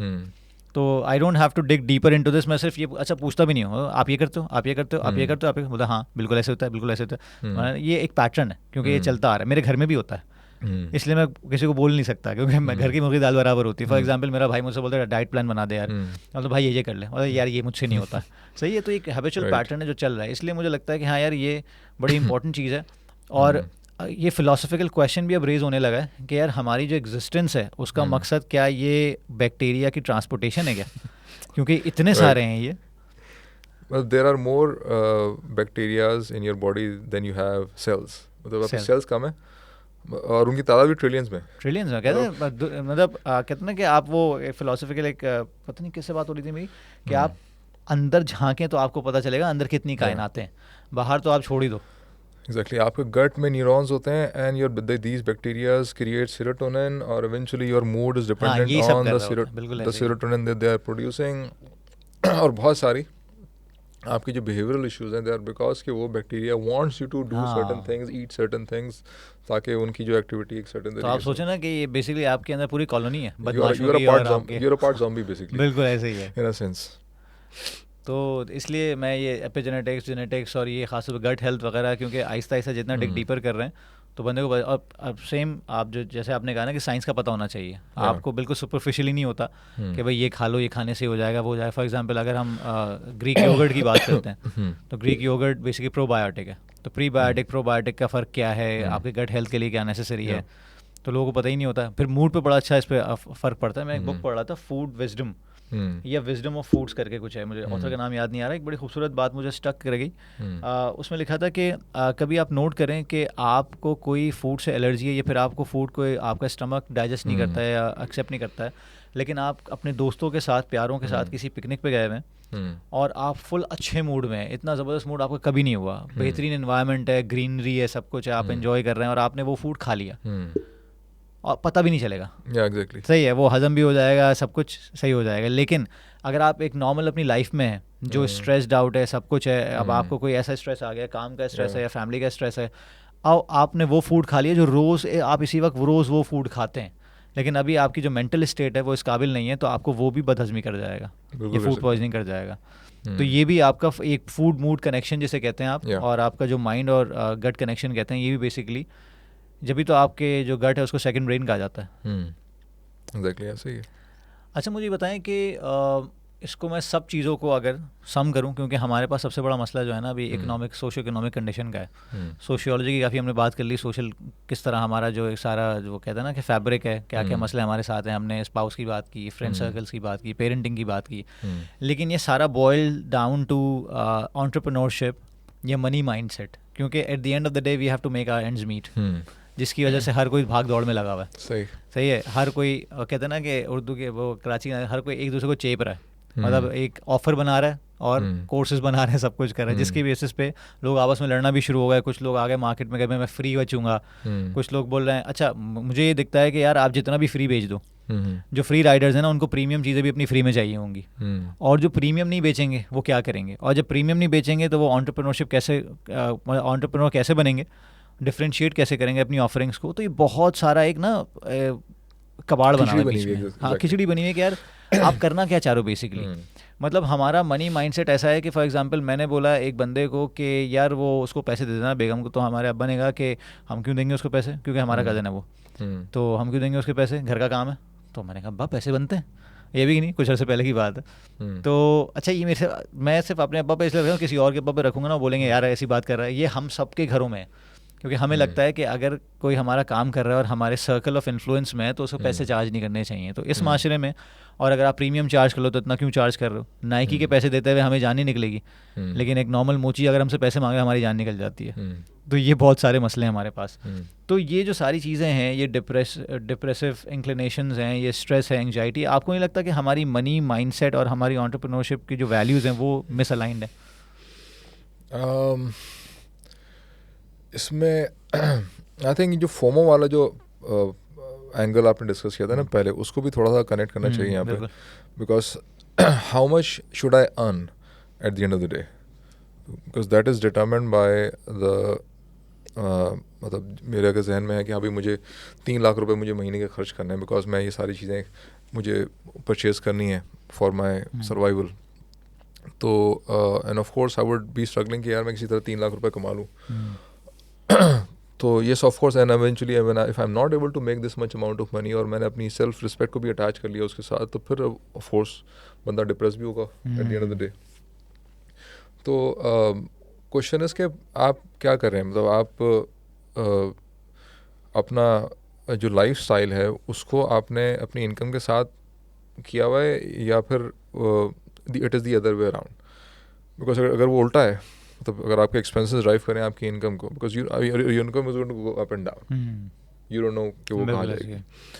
अब मेमन कम्युनिटी मिसाल के तौर पर अगर आप देखें उनको, तो वो अभी तो खैर वो ऐसा नहीं कर रहे बिकॉज उनकी generation is like more into lavish spending, लेकिन उनके elders would keep a very frugal, एक तो मिनिमलिस्टिक होता है ना, एक होता है फ्रूगल, बहुत ही मिनिमम बेयर मिनिमम पैसा पकड़ने वाले। एग्जैक्टली, इनके पास despite the fact they might be making a lot of money, but they would maintain a very basic lifestyle, क्योंकि उसका फायदा ही होता था कि जब वो थ्रेशोल्ड होता था उनके पास, जब वो मिसाल के तौर पर बिजनेस आपका था बड़ा अच्छा चल रहा था, 3-4 साल चला, बट एकदम से कुछ हुआ मार्केट में, eventually your business is down, तो वो जो डिप्रेशन वाला फेज होगा ना, उसके अंदर you will be able to survive because of your minimalistic lifestyle. अब वो हो सकता है कि इनके पेरेंट्स ने उनके जो अबाव अजदाद हैं उन्होंने बहुत सारे अप्स एंड डाउन देखे हों, and eventually they learn the hard way कि नहीं यार ये इसमें योर सर्वाइवल इज़ इंश्योर्ड, और उसमें फिर आपकी सेविंग भी इंटैक्ट रहती है, फिर आप अपनी अगली जनरेशन को भी एम्पावर्ड कर सकते हो। और दूसरा, अगर आप बहुत ज़्यादा लेविश चीज़ों में पैसा खर्च कर रहे हैं, तो व्हाट हैपन्स कि अब आपकी फैमिली में किसी को ज़रूरत पड़ी पैसे की, एक्सटेंडेड फैमिली में किसी को फाइनेंशियल हेल्प की ज़रूरत पड़ी, यू लाइक यार मैं अपनी गाड़ी की किस्त दूँ या मैं इसकी हेल्प करूँ, तो you know you have a decision to make. और अगर आप उस गाड़ी की किस्त नहीं दे रहे तो now you have money to help the person. And अच्छा, फिर उसमें there is this concept of reciprocity, वो जो आप बात कर रहे हैं ना कि ये वाला पॉइंट की तरफ से आया कि जी घर वालों को फ्री में, भाई घर वाले अगर फाइनेंशियली केपेबल हैं तो ठीक है, fine, that's a different story, but it is quite possible कि आज से कोई 100-150 साल पहले दिस माइट बी हैपनिंग कि one person is collapsing financially, the other person is coming forward to support this person, और वो support is unconditional on the spot, but there is this culture of reciprocity, because जब वो financially stable होगा तो फिर वो आपकी फिर भी help करेगा, तो this is called reciprocity. तो that was probably the culture कि जब मैं capable हूँ तो मैं आपकी help कर रहा हूँ उस वक्त when you are not capable at all, and you are helping me out when I am collapsing but you are capable now. तो जो बच्चों और पेरेंट्स का जो ताल्लुक होता है वो भी मोर और लेस ऐसे ही होता है कि जब बच्चे बिल्कुल डिपेंडेंट होते हैं पेरेंट्स के ऊपर, तो पेरेंट्स आर फुली देयर, और जब पेरेंट्स डिपेंडेंट हो जाते हैं बच्चों के ऊपर तो the children are fully there for them. तो this kind of thing actually exist. तो I think one should try to minimize their expenses to the extent possible, and अगर वो बहुत ज़्यादा temptation आ रही है कि भाई मेरे पास ये खर्चा होना चाहिए वो खर्चा होना चाहिए, then question is from where that exactly is coming from. हाँ, अगर आप financially afford कर सकते हैं then fine, तब तो खैर मसला नहीं है. Of course for some time you can आप खर्चा वर्चा करें चीज़ों पे, but you should be in mind कि these things do not define your personality. तो अगर आप आज मर्सिडीज़ चला रहे हैं तो कल क्या आप एफएक्स चलाने की पोजीशन में होंगे कि नहीं होंगे. अच्छा, ये चीज़ मुझे लगता है, खैर ये रियलिटी भी है टू एन एक्सटेंड के एक ज़माने में, जैसे आप फॉर एग्जांपल जब आप 18-20 के होंगे, 25 के होंगे, तो ज़माने सोशल मीडिया तो था नहीं, तो आपको पता नहीं चलता था कि पड़ोस में क्या हो रहा है या सेलिब्रिटी के साथ क्या हो रहा है, या कोई सोशल मीडिया इन्फ्लुएंसर्स तो थे ही नहीं थे उसमें. आजकल मुझे लगता है कि इन्फ्लुएंस और इम्पैक्ट में ना बहुत बड़ा फ़र्क है. आप इन्फ्लुएंस तो कर रहे हो, लेकिन इन्फ्लुएंस किसी भी तरह कर रहे हो, वो आपका इन्फ्लुएंस है ना, आपका दूसरों पे आ रहा है. अब फॉर एग्जांपल मैं डॉलर की गड्डियाँ रख के यहाँ सामने बोलूँ कि यार ये मैं ये कमा रहा हूँ, ये मेरा कोर्स ले लो, ये मैं ये करता हूँ, आओ. मैंने एक इंडिया का एंटरप्रेन्योर है, मुझे नाम याद नहीं आ रहा, तलरेजा नाम है उसका, पता नहीं क्या नाम है, बहुत ज़बरदस्त बंदा, डाउन टू अर्थ आदमी. वो कहता है मेरी PR टीम मुझे मेरे पैर पकड़ती है कि सर आप अपनी रोल्स रॉयस में बैठ के वीडियो बना लें. एक पॉडकास्ट में कहा उसने, बोला ये मैं अभी बता रहा हूँ कि मेरे पास रोल्स रॉयस है, वरना लोगों को नहीं पता है, ठीक है. तो या फिर अपने पेंट हाउस में दुबई में आप वहाँ पे चढ़ के वीडियो बनाएं और बताएं कि भाई ये मेरा लाइफस्टाइल है. बोला मुझे उनको अपने पैसे दिखा के नहीं बुलाना कि पैसे कमाओ भाई, मैं उनको प्रोसेस बेच रहा हूँ. वो प्रोसेस, ये मेरा प्रोसेस से आया है, ये बाय प्रोडक्ट है, मुझे बाय प्रोडक्ट नहीं बेचना, मुझे उनको प्रोसेस बेचना है. तो मैं कभी भी इन चीज़ों को नहीं दिखाऊंगा उनको, और वो विलिंग होंगे तो मेरे पास आएंगे, otherwise I don't need them. यहाँ पे मैंने उल्टा देखा है, प्रोसेस पे कोई बात नहीं कर रहा, या वो गड्डी दिखा के बोल रहे हैं, या फिर उसने निकाला बैग से डॉलर्स गिर रहे हैं, मेरा कोर्स खरीदें आप. हाँ मेरा कोर्स खरीदें, और ये यार come on.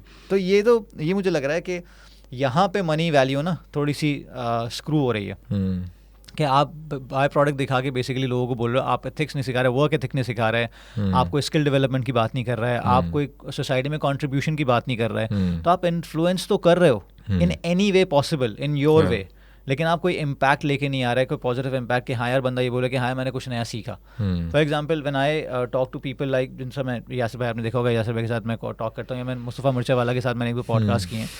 They know finances and they have been financially well to do माशाल्लाह, और इन्होंने सीरियल एंटरप्रेन्योर्स भी हैं, फिर ये फाइनेंशियल एजुकेशन से भी ताल्लुक़ रखते हैं. मैंने कभी भी इन लोगों को पैसे से पैसा घसीटते हुए या लोगों को घसीटते हुए नहीं देखा है.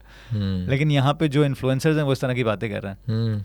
तो यहाँ पे फोमो भी क्रिएट हो रहा है, और एंटरप्रेन्योरशिप तो गई भाड़ में. एंटरप्रेन्योरशिप कभी भी पैसा दिखा के नहीं होती है, मेरा नहीं ख्याल, क्योंकि इसमें दो फिलॉसफीज़ हैं. एक होता है रिस्क टेकर और एक होता है रिस्क अवर्स. ठीक है, मैंने बड़ी इंटरेस्टिंग सुनी थी, वही एक जिसका मैं बता रहा हूँ, इंडियन जो बंदा है, वो कह रहा था कि ये बेकार की बातें हैं कि एंटरप्रेन्योर रिस्क टेकर होता है, एंटरप्रेन्योर रिस्क मैनेजर होता है, या फिर रिस्क रिड्यूसर होता है. क्योंकि वो कभी भी ऐसी बेट्स नहीं लेता, वो रिस्क के एलिमेंट को रिड्यूस रखता है. लेकिन ये भी इंटरेस्टिंग था मेरे लिए. तो ये सिखाने वाले लोग हमारे पास नहीं है. मुझे इंडिया में बहुत सारे मिलते हैं, इंडिया में है डेफिनेटली, बहुत सारे मिलते हैं. मैं अभी एक हुआ तुलसियान, जिसने मैंने लिंक्डइन में पोस्ट भी लगाई थी, क्योंकि उस बंदे को एक कैंडिडेट आया, उसने कहा कि भाई कितनी सैलरी एक्सपेक्ट कर रहे हो, तो उसने कहा 28 लाख रुपए. तो मैं क्यों, तो बोलता मार्केट रेट है. तो कहता क्यों, तुम क्या भिंडी हो? तो बोलता क्या मतलब? बोलता मार्केट रेट तो भिंडी का होता है. बोलता तुमने कैसे बोला ये? तो कहता कि भाई दो चीज़ें हो सकती थी. अगर तुम मुझे बोलते कि भाई जो आप वैल्यू मांग रहे हैं उसके लिए मैं बहुत कम चार्ज कर रहा हूँ, तो समझ में आता है. या फिर तुम ये बोलते कि भाई इस 28 लाख के अगेंस्ट में 28 करोड़ का ये रेवेन्यू आपको इस तरह ला के दूंगा, स्ट्रैटेजी बताते, कोई रोड मैप बता दे, सही जस्टिफाई, फिर तुम 50 लाख लो. यही चीज़ मैंने अपने, जैसे आई ग्रेजुएट फ्रॉम IBA, ठीक है, और IBA, CBM, इस तरह की जितनी भी यूनिवर्सिटीज़ हैं, हमें एक प्राइस टैग बताया जाता है कि जाओ तो 60,000 से कम पे नहीं, 1.5 लाख से कम पे नहीं. क्योंकि मैंने जब स्टार्ट किया था, मुझे इसी तरह 37,000 से स्टार्ट किया था. मजबूरी थी, शादी होने वाली थी मेरी 6 महीने बाद ना, तो I had to start that wheel rolling. लेकिन कितने लोग 1-1 साल बैठे रहे, क्योंकि उनको टैग बताया गया था. तो ये एंटरप्रेन्योरशिप तो बाद में आएगी. सबसे पहले तो आपकी मनी वैल्यू यहीं स्क्रू अप हो गई ना. और फिर एंटरप्रेन्योरशिप के लिए तो आपको बहुत सारे रिस्क लेने आने चाहिए. आपको जो मेंटल स्टेट है वो किसी और लेवल पे होना चाहिए. तो आपकी जो रिसर्च है एंटरप्रेन्योरशिप में है, आपने पब्लिकेशंस भी की हुई हैं, आपने बुक भी लिखी है एंटरप्रेन्योरशिप 2.0, राइट? नहीं, बिजनेस स्टार्टअप मैनुअल लिखी है. वो मैं किसी और से मिक्स कर गया इस बुक को. तो व्हाट वर योर फाइंडिंग्स? अगर फॉर एग्जांपल मैं बोलूँ कि 2 से 3 ऐसी इंपॉर्टेंट फाइंडिंग्स जो आप हमें बता सकें इस पॉडकास्ट के थ्रू, कि यार उस बुक को अगर मैं बोलूँ कि समराइज करें 2 से 3 लर्निंग्स में जो हेल्प कर सके लिसनर्स को, तो क्या होगी वो, provided all these conversations that we have had in this? I think the starting point would be कि you need to ask yourself कि आप क्या वो जो इनिशियल जो कदम लेने हैं ना, उठाने आपने, do you have that courage to do something different और नॉट? बिकॉज समटाइम अगर आप if you are too scared, अगर आप ऑलरेडी सर्वाइवल मोड में और स्टक हो गए वहाँ पे, कुछ हमने फाइट फ्लाइट फ्रीज फोन की बात की थी ना, हमने तो तो अगर बाहर निकल के नहीं आप वो खेलेंगे फ्रीज मोड में आ गया and you are so much comfortable with the familiar कि आप उस फेमिलियर इन्वायरमेंट से नहीं निकल सकते, बिकॉज एवेंचुअली आपको कुछ ना कुछ तो अलग करना पड़ेगा ना।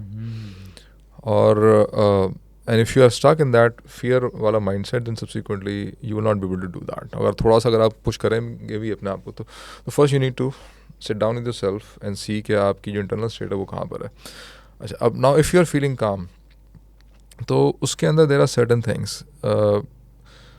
किताब में मैंने ये अप्रोच लिए कि यू नीड टू फर्स्ट सी कि व्हाट डू यू हैव। अफेक्चुएशन एक पैराडाइम है एंटरप्रेन्योरशिप का जो पिछले कोई 15-20 सालों में, अफेक्चुएशन। तो उसमें एक प्रिंसिपल है the bird in hand principle. You see कि व्हाट डू यू हैव, इस मीन्स कि आपके पास कितना एक्सपीरियंस है, कितना क्या स्किल सेट है, आपके नेटवर्क में किस तरह के लोग हैं, आपके पास कैपिटल है कि नहीं है, और आपके पास कोई टीम आपके साथ है या आप अकेले हैं। तो like 5-6 different variables and different individuals will have a different combination of all of these. किसी के पास एक्सपीरियंस होगा, किसी के पास नहीं होगा, किसी के पास पैसे होंगे, किसी के पास नहीं होंगे, किसी के पास एक्सपीरियंस होगा या स्किल सेट होगा, किसी के पास नहीं होगा। तो based on your background you have to see कि what route you can actually take. अब एक बंदा जिसके पास ऑलरेडी 20 साल का एक्सपीरियंस है, वो ऑब्वियसली उसका route is going to very different from the person जिसके पास अभी कुछ भी एक्सपीरियंस नहीं है। बल्कि इनफैक्ट जिसके पास एक्सपीरियंस नहीं है उसको तो पहले ही चाहिए कि वो कुछ ना कुछ इनफॉर्मल तरीके से कुछ ना कोई एक्सपीरियंस ले, भले 6 महीने का ले, but a person should go and sit down, just do a free internship in some kind of business, जिस तरह का वो बिजनेस स्टार्ट करना चाह रहा है। तो you need to see all of these things and subsequently फिर उसी हिसाब पे फॉर्मूला उसका बनता है कि अगर आपके पास पैसे अगर आपके पास नहीं है, मिसाल के तौर पे जो पहला उसमें जो पार्ट 2 के अंदर चैप्टर नंबर 1 है, उसमें उसका टाइटल है द ब्लैंक स्टेट। मीन्स कि ना कैपिटल है, ना आइडिया है, आपके पास कुछ भी नहीं है। तो फर्स्ट यू नीड टू सी के जो आप काम लोगों ने किया इस तरह के स्टेट के अंदर, कि उन्होंने कनेक्ट किया 2 इंडिविजुअल्स को।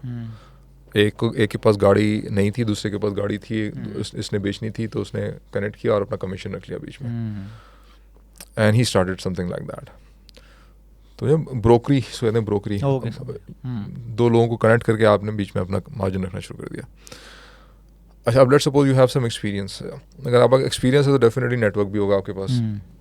तो यू सी कि what is possible in the basis of that experience and on the basis of the experience that exist in your network and the kind of resources that actually exist in your network. उसके basis पर आप formula बनाए अपना कोई। और because experience is very critical factor, इतना के for example if you read Carl Schramm, तो वो तो रिकमेंड कर रहा है कि 45 से पहले तो बिजनेस आप स्टार्ट ही नहीं करें। Okay. Carl Schramm is the professor of entrepreneurship in some university in USA, Kauffman Foundation जो पूरी दुनिया में एंटरप्रेन्योरशिप, उसका प्रेसिडेंट रहा है 10 साल। और ही रोट दिस बुक, उसका टाइटल है the burn the business plan. किताब का टाइटल है burn the business plan. Business plan जो लोग बनाते हैं वो बिजनेस नहीं कर सकते। And he is describing a process के what actually happens with these entrepreneurs.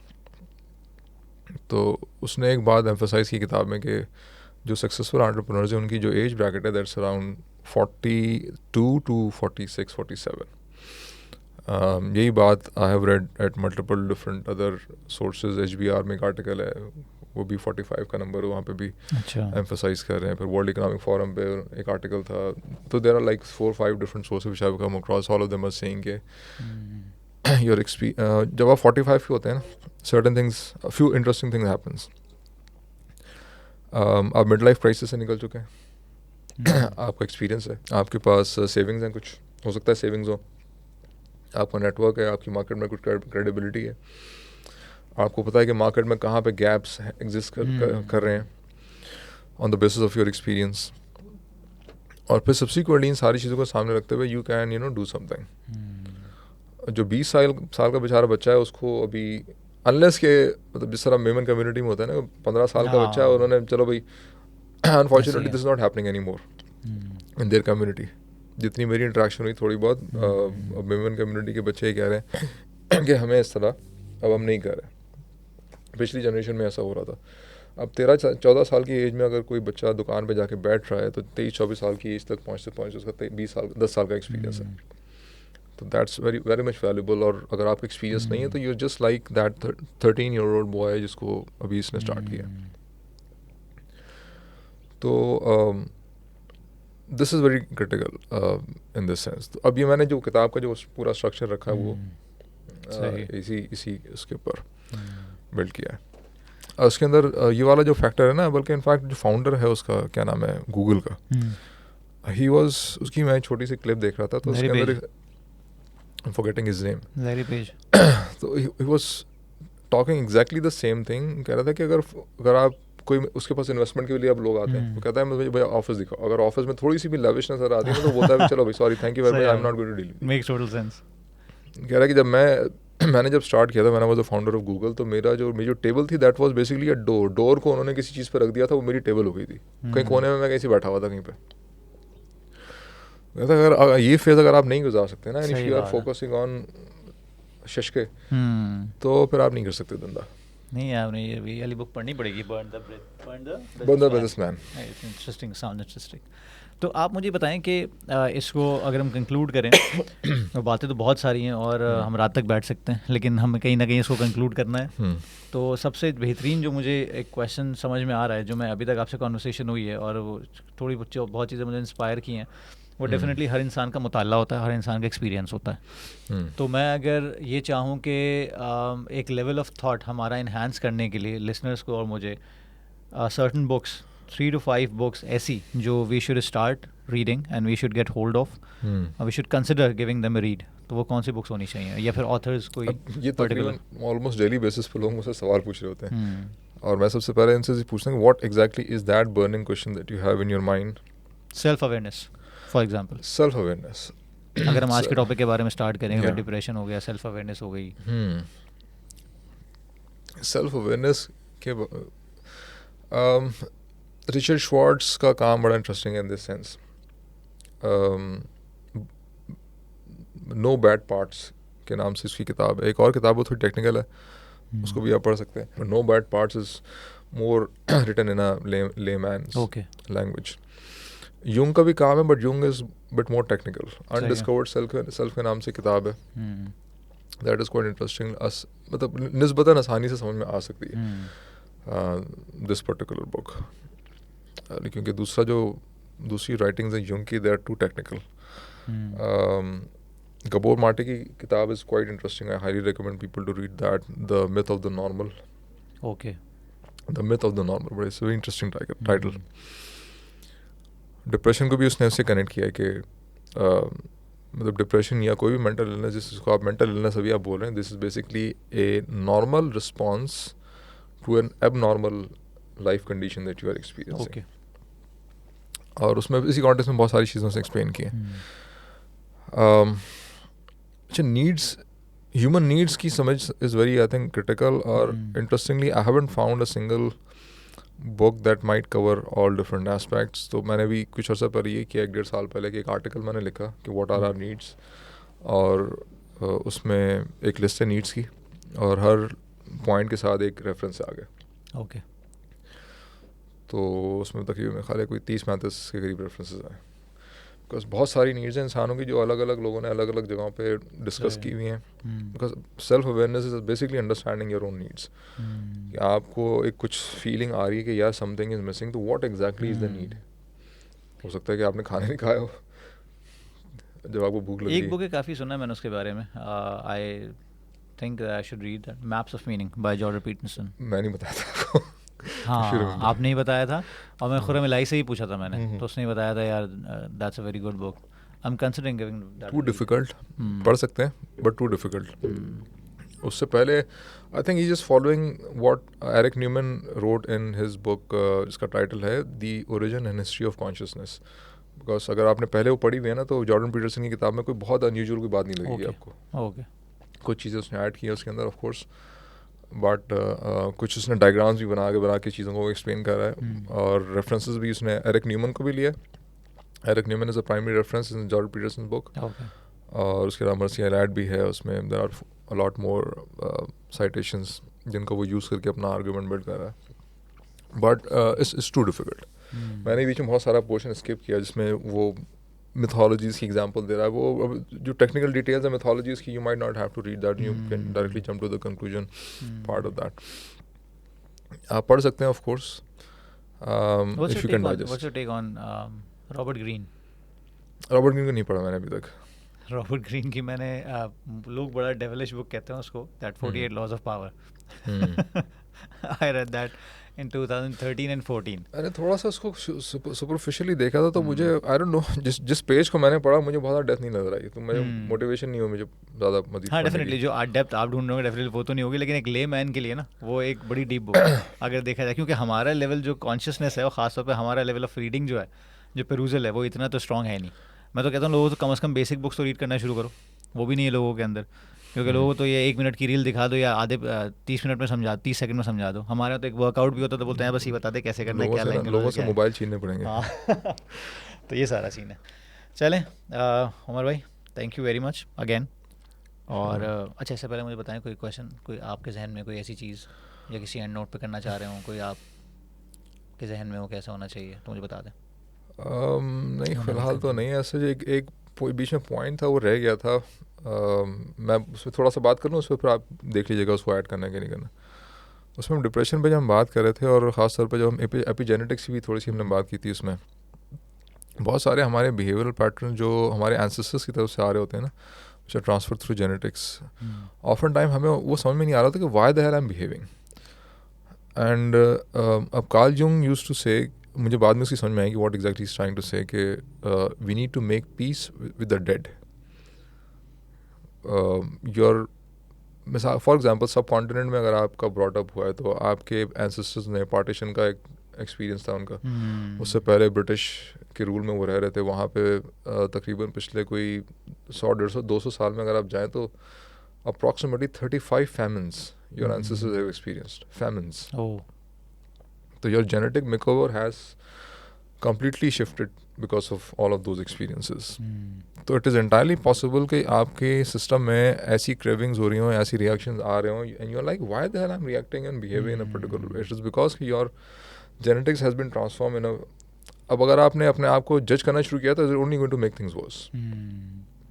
Because उसका एक certain background है, it is there, but इसका मतलब ये भी नहीं है कि वो change नहीं हो सकता. But change करने के लिए ज़रूरी है कि आप उसको acknowledge करें non-judgmentally. Without judgment, you acknowledge that this is the reason why this actually happened. This is the reason I am behaving like this. And subsequently, when you fully acknowledge it, तो फिर उसका एक integration का process शुरू होता है, जिसके बाद फिर आप you can actually move on. You can even allow your genes to readjust according to the contemporary scenario that you're experiencing in life. सही. ठीक है उमर भाई, thank you very much for showing up और बड़ा मज़ा आया. मेरे ख्याल से लास्ट डिस्कशन में हमने काफ़ी ज़्यादा चीज़ें मिस आउट कर दी थी जो उसमें कवर की हैं हम लोगों ने, लेकिन मुझे अभी भी लग रहा है कि बहुत कुछ है जो नहीं, बहुत सारी चीज़ें हैं, क्योंकि हम सिर्फ डेप्थ साइकोलॉजी और फिलोसफी ऑफ माइंड पे भी मेरे ख्याल से 4-4, 5-5 घंटे बात कर सकते हैं. हाँ मतलब ये जो टॉपिक है ना कि मिसाल के तौर पे मतलब we are made up of multiple entities. अब इनमें आर्केटाइप्स की बात नहीं की. हाँ बिल्कुल ऐसे ही. देखिए यूंगियन फ्रेमवर्क के अंदर आर्केटाइप्स का एक कॉन्सेप्ट है, मीन्स के मतलब वो कैफियत इंसान पे तारी हो जाती हैं एकदम से. तो एंशिएंट मिथोलॉजीज किस तरह इनको एक्सप्लेन कर रही हैं. तो देयर लॉट्स ऑफ कंटेंट लगता है इसका मतलब है कि हमारे पास बहुत सारा जूस अभी और है जो हमें एक्सट्रैक्ट करना है. इंशाल्लाह कोशिश करेंगे कि हम और सेशंस करें उसको और फर्दर डिग डीप करें. बाकी आई होप ऑडियंस को मज़ा आया होगा. I request you guys to comment and to specify parts जहाँ पे आपको फॉर एग्जांपल एलाबोरेशन चाहिए या कुछ ऐसी एग्जांपल्स चाहिए, तो हम कोशिश करेंगे कि 1-2 सेशंस और अरेंज करें और उन चीज़ों को और डिग डीप करें. क्योंकि मुझे तो मज़ा आया और ख़ास तौर पे हमारा मसला ये है कि हमारे यहाँ डीप बातों में लोगों को मज़ा नहीं आता. तो ये इसी वजह से आपने कहा कि हमें मोबाइल छीन लेना चाहिए, क्योंकि हमें 30-30 सेकंड की रील में चाहिए 30-30 साल के मज़े, जो कि नहीं हो सकता. वो हमेशा इन डेप्थ कॉन्वर्सेशन से ही होता है और यही हमारी कोशिश है. तो इंशाल्लाह अगले एपिसोड में मिलेंगे आपसे. मुझे और उमर भाई का इजाज़त दें. खुदा हाफिज़.